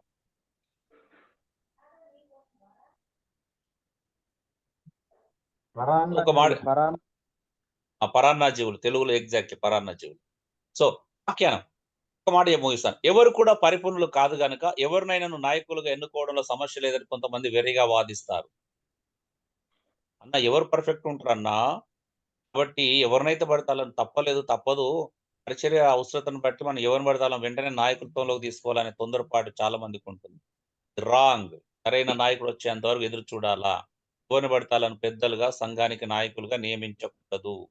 మొదటి విషయం. ఇంకోవైపు కొంతమంది పరిపూర్ణత గల వారి నాయకత్వ బాధ్యతలు వహించాలని భావిస్తారు. ఇక్కడ పరిపూర్ణత అనే పదం కూడా లేదు. ఆ లక్షణాల్లో ఉండాలి అంటే దాని అర్థం ఏంటిది అని అంటే వాటి పట్ల తీవ్రత, వాటి పట్ల భారము, అంటే కనుక వారి కోసం వెతుకుతుంటారు. సో ఆ 17 లక్షణాలు ఎవరి లోపల ఉన్నాయో వారిని వెతుకుతుంటారు. సో అది కూడా రాంగ్. సో పరిపూర్ణత గలవాని నాయకునిగా ఎన్నుకోవడం గురించి పైన చెప్పడం అర్హత లేదు. పరిపూర్ణులైన వారు ఒక్కరు కూడా లేరన్న సత్యం మనందరికీ తెలిసిందే. యేసు ప్రభు వచ్చేంత వరకు ఏదో ఒక బలహీనత మన జీవితంలో ఉంటుంది. ఇక్కడ బలహీనతల గురించి మాట్లాడట్లేదు, పరిపూర్ణత గురించి మాట్లాడట్లేదు. ఏంటి అని అంటే ఇక్కడ అర్థం ఏంటి అని అంటే నైతికపరమైన లోపాలు లేని వ్యక్తి ఒక్కరు కూడా ఈ లోకంలో లేరు. అయితే మనమందరం మన ప్రాచీన స్వభావంతోనూ మరి బలహీనతలతోనూ పోరాడుతున్నాం. అలాగాని ఎవరైనా కాపరి లేక పెద్దగా నియమించామని దాని అర్థం కాదండి మళ్ళీ. బలహీనతలు ఉన్నాయి కాబట్టి ఎవరిని పడితే వాళ్ళని కాపరిగా, సంఘానికి పెద్దలుగా నియమించవచ్చు అనేది మా భావం కాదు. అలా కూడా రైట్ కాదు. ఎందుకంటే బైబిల్ దాన్ని సపోర్ట్ చేయట్లేదు కాబట్టి అది కూడా మేము ఖండిస్తున్నాం. మరి ఏంటిది? పైన వివరించబడిన లక్షణాల్లో ఎదగాలనే ఆసక్తి ఉండాలా? ఈ 16 గుణాలు నా జీవితంలో ఉండాలి. నా లైఫ్‌లో నేను చూపించుకోవాలనేటువంటి ఆసక్తి ఉండాలా? 10 ఉండాల్సినవి ఉండకూడని 6 లక్షణాలు. నేను ముక్కోపిని కాకూడదు, దుర్లభాన్ని అపేక్షించకూడదు. సో ఏవైతే ఉండకూడదు అనుకున్నామో ఆ ఉండకూడని లక్షణాల్లోనూ ఉండాల్సిన లక్షణాలను శ్రద్ధ కలిగి ఉన్న వాటిని తృణీకరిస్తూ, అంటే ఉండాల్సిన వాటిని ఆస్వాదిస్తూ ఉండకూడని వాటిని తృణీకరిస్తూ బోధించే సామర్థ్యాన్ని పెంచుకోవాలంటే లేఖనాల ధ్యానానికి, లేఖనాలు నేర్చుకోవడానికి, వాక్యం నేర్చుకోవడానికి ఆసక్తి కనబరుస్తూ ఉండాలి. అలా వెళుతూ ఉంటే నీకు ఇవన్నీ లక్షణాలు నువ్వు ఎదుగుతావు. ఆసక్తి ఉండాలి. మరి మంచి సాక్ష్యం గలవాడే నాయకునిగా ఉండాలి. సమాజం నుంచి వెళ్ళి నీకు భయం ఉండాలా. డబ్బుల విషయంలో గాని, ఏ విషయంలో గాని. ఇప్పుడు మీరు వచ్చి ఎంక్వైరీ చేయండి. ఎగ్జాంపుల్ చెప్తున్నా నేను ఎంత జాగ్రత్తగా ఉంటామనేది. ఒక కిరాణా షాప్‌కి వెళ్లి అడగండి మా గురించి. అంటే ఎప్పుడైనా మీకు సంపత్ బ్రదర్ మీకు ఎప్పుడన్నా ఎప్పుడన్నా డబ్బుల విషయంలో ఎప్పుడన్నా లేట్ చేశాడా అని అడగండి. మా వెజిటబుల్ అతన్ని అడగండి. కాలేజ్‌కి వెళ్లి మా టీచర్స్‌ని అడగండి. లేకపోతే ఎవరైనా కావచ్చు. ఏ రోజన్నా లేట్‌గా కరెంట్ బిల్ కట్టే సందర్భం గాని, ఇంటి ఓనర్ ఫోన్ చేసి అడగండి. ఎప్పుడైనా మీ ఈయన మీకు ఎప్పుడైనా డబ్బులు లేట్‌గా పంపించండి అని అడగండి. అస్సలు దొరకవు మీకు. సురేష్ వీళ్ళందరూ చాలా మంది సాక్ష్యము. ఎందుకంటే ఓనరు ఇప్పటికి కూడా రాలేదండి. 10 సంవత్సరాల నుంచి ఇంటికొచ్చి ఇల్లు ఎలా ఉందని చూడడానికే రాలే. నమ్మకం. ఎంత నమ్మకం క్రియేట్ అయింది అనంటే, ఓ ఫోను చేసి ఒక మాట మాట్లాడితే ఆయన దేనికంటే దానికి ఒప్పుకునేటువంటి నమ్మకత్వం ఈడ క్రియేట్ అయింది. నాకు ఇంట్లో మాది 4 బీహెచ్‌కే అన్నట్టు. 2 బీహెచ్‌కేలు కలిపి వాళ్ళు అది చేసుకున్నారంట వాళ్ళు ఆ ఓనర్ వాళ్ళు. సో, అపార్ట్మెంట్స్‌లో స స అన్నీ 2 బీహెచ్‌కేలు ఉంటాయి గదా! మాదొక్కటే కలిపి ఉంటది 4 బీహెచ్‌కే. సో, అందులో మాకొక రోజు ఒక హాల్ ఉంటుంది. హాల్ మాకు సరిపోలేదు ఫెలోషిప్ జేయడానికి. ఏం చేయాలో అర్థం గాలే. ప్రార్థన చేసుకొని అడిగి చూద్దాం ఫస్టు ఎందుకు దేవుని చిత్తమైతే అయితది. లేకపోతే కాదు అని జెప్పేసి మా ఓనర్ గారికి ఫోను చేసి అడిగాను. బ్రదర్ నాకు ఇట్లా ప్రాబ్లమ్ ఉంది సార్ అనంటే, ఏంటి ప్రాబ్లమ్ అన్నాడు. ఇట్లా నాకు కొంచెం హాల్ సరిపోవట్లేదు అని అన్నాను. హాల్ సరిపోతే ఏం చేస్తారు అని అడిగారు. ఏం లేదు హాల్ పక్కన చిన్నది కిడ్స్ రూమ్ ఉంది గదా! దాన్ని ఎల్ షేప్‌లో గోడలు తీసేస్తాను. అప్పుడు ఇది ఇందులో కలిసిపోతది. హాల్ పెద్దగా అయితదన్నాను. ఆయన ఒక్క మాట అనలేదండి. దానికేముంది సార్ మీరు మీకు నచ్చినట్టు చేసుకోండి. నచ్చినట్టు చేసుకోండి మీరు అని చెప్పేసానన్నాడు. సో, మేము ఎల్ షేప్‌లో ఉన్న గోడ తీసేసినామండి థర్డ్ ఫ్లోర్ అపార్ట్మెంట్‌లో. అసలు ఎవరైనా పర్మిషన్ ఇస్తారా ఒకసారి ఆలోచించండి. బిజినెస్ కాదు. బిజినెస్ కాంప్లెక్స్ కాదు పార్టిషన్ చేసుకోవడానికి. సో, ఎల్ షేప్‌లో తీసేసిన కిడ్స్ రూమ్ మా పిల్లల రూమ్ తీసేసాం. ఎందుకంటే పెద్దోళ్ళయిపోయారు. సో, ఆ రూమ్ హాల్ తీసేసినాము. ఎల్ షేప్‌లో తీసేస్తే ఇప్పుడు ఒక 50 చైర్లు పడతాయి ఈజీగా. సో, అంటే వాళ్ళతో ఉండే రిలేషన్‌షిప్, ఆ నమ్మకత్వము. ఆయన నాకు ఏదంటే అది పంపించేవాడు. సార్ నాకు ఇట్లా తీసేసినాము కానీ పాత కిటికీలున్నాయి, చెక్క కిటికీలు బాలేవు అనంటే, ఆయన మళ్ళీ పీవీసీ అవి 2 విండోస్ పంపించాడు ఆయనే. 2 బాగుంటాయి చూడడానికని. సో, ఇలాగ ప్రతీదండి. అసలు ఎలా ఉంటది అనంటే ఆశ్చర్యకరంగానే ఉంటది ప్రతీది గూడా. అంటే మనకొక రిమార్క్ ఆ! ఒక రిమార్క్ లేనటువంటి స్థితి మనం సాక్ష్యాన్ని కాపాడుకోవాలి సమాజంలో. ఈరోజు మీరు అప్పులు చేస్తున్నారు. డబ్బులు టైంకివ్వరు. లేపోతే ఇంకేదో చెప్పరు. ఈఎంఐలు సరిగ్గా కట్టరు. ఇదంతా మీ క్యారెక్టర్ బ్యాడ్ అనే ఫీలింగ్ మీకు కలగట్లేదా అండి? మీరిది అరే! అవమానం గదా! నా దేవుని నామానికి అవమానం గదా! నేను ఇక్కడ తలదించుకుంటే, ఇక్కడ వీళ్ళ దగ్గర ఒకరు ఫోను జేసి నన్ను అడిగేంత వరకు నేను వెయిట్ చేస్తే నాకు తలవంపులనే ఫీలింగ్ మీలో ఎవరికన్నా ఉందా? నా సర్కిల్‌లో బ్యాంక్ మేనేజర్‌లు అంటే బ్యాంక్ ఎంప్లాయీస్ ఉన్నారు. బ్యాంక్ మేనేజర్ లెవెల్‌లో ఉన్న వాళ్ళున్నారు.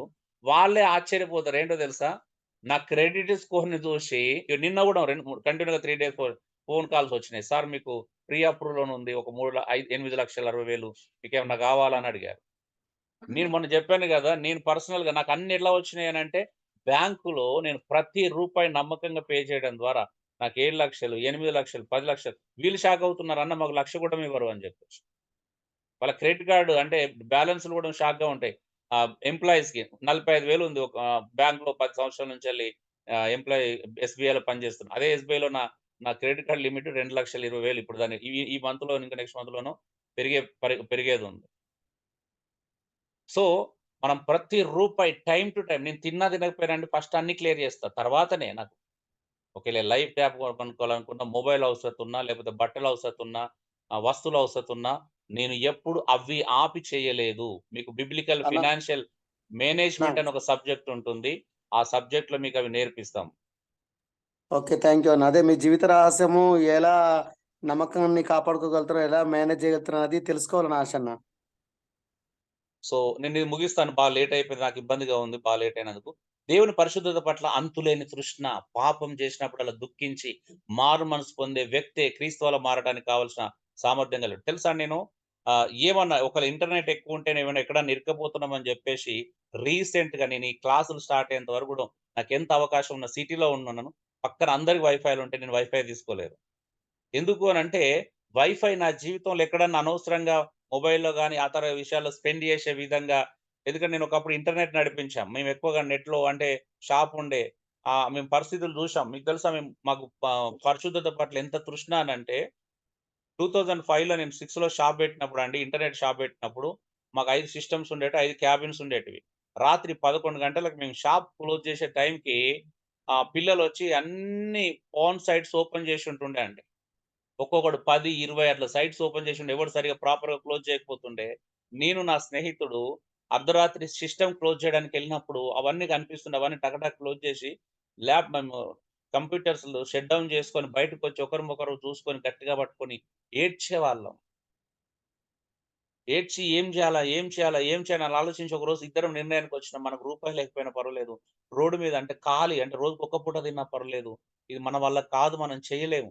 కొన్నిసార్లు యవ్వనస్తులు ఒకడు తిప్పి కొడితే 14 సంవత్సరాలుండే షాప్‌కొచ్చి సీడీ ఇచ్చి, "అంకుల్ అవేసేయి" అనేవాడు. ఒకడు పెన్ డ్రైవ్ పట్టుకొని వచ్చేవాడు. మాకైతే పిచ్చి లేచిపోయేది. ప్రభా! ఏం చేస్తున్నాం? నిజమే మేము ఎవరి మీద ఆధారపడకూడదు. కేవలం నీ కొరకు యథార్థంగా సేవ చేయాలని షాప్ పెట్టుకున్నాం. మా దుస్థితి ఏంటి ప్రభా? ఏ పెంటైతే మాకొద్దనుకున్నామో, ఏ పాపమైతే మేము చూడకూడదనుకున్నామో, రోజు మాకు ఈ పరిస్థితి ఏంటి అని ఏడ్చి, దుఃఖపడి మేమిద్దరం నష్టానికి అండి చాలా నష్టానికి షాప్ తీసేసినాం. దేవుడు ఇంకో మార్గం చూపిస్తాడు. దేవుడే పోషిద నమ్మకంతో. పరిశుద్ధత పట్ల ఒక తృష్ణ, అంతులేని తృష్ణ. ఒకవేళ ఇది పాపానికి దారితీస్తుందంటే దాన్ని అవాయిడ్ చేయడానికి, దాన్ని తొలగించడానికి కూడా అంటే వదులుకోవడానికి కూడా మేము సిద్ధంగా ఉండేది. 'ఫైర్ ప్రూఫ్' అనే మూవీలో సహోదరుడు ఉంటాడు. అంటే పెళ్లయితది గానీ అతను ఫోన్ చూసి ఒక బలహీనత ఉంటది. దేవునికి దగ్గరైనప్పుడు ఏం చేస్తాడో తెలుసా? ఆ ల్యాప్‌టాప్ అంటే ఆ డెస్క్‌టాప్ దగ్గరికెళ్ళగానే ఆయనకది ఎక్కడ టెంప్ట్ అవుతానని చెప్పేసి డెస్క్‌టాప్ తీసుకొచ్చి బయట ఆవేశంతో ఎత్తేస్తాడు. భలే ఉంటది ఆ సీన్ నాకు చాలా ఇష్టం.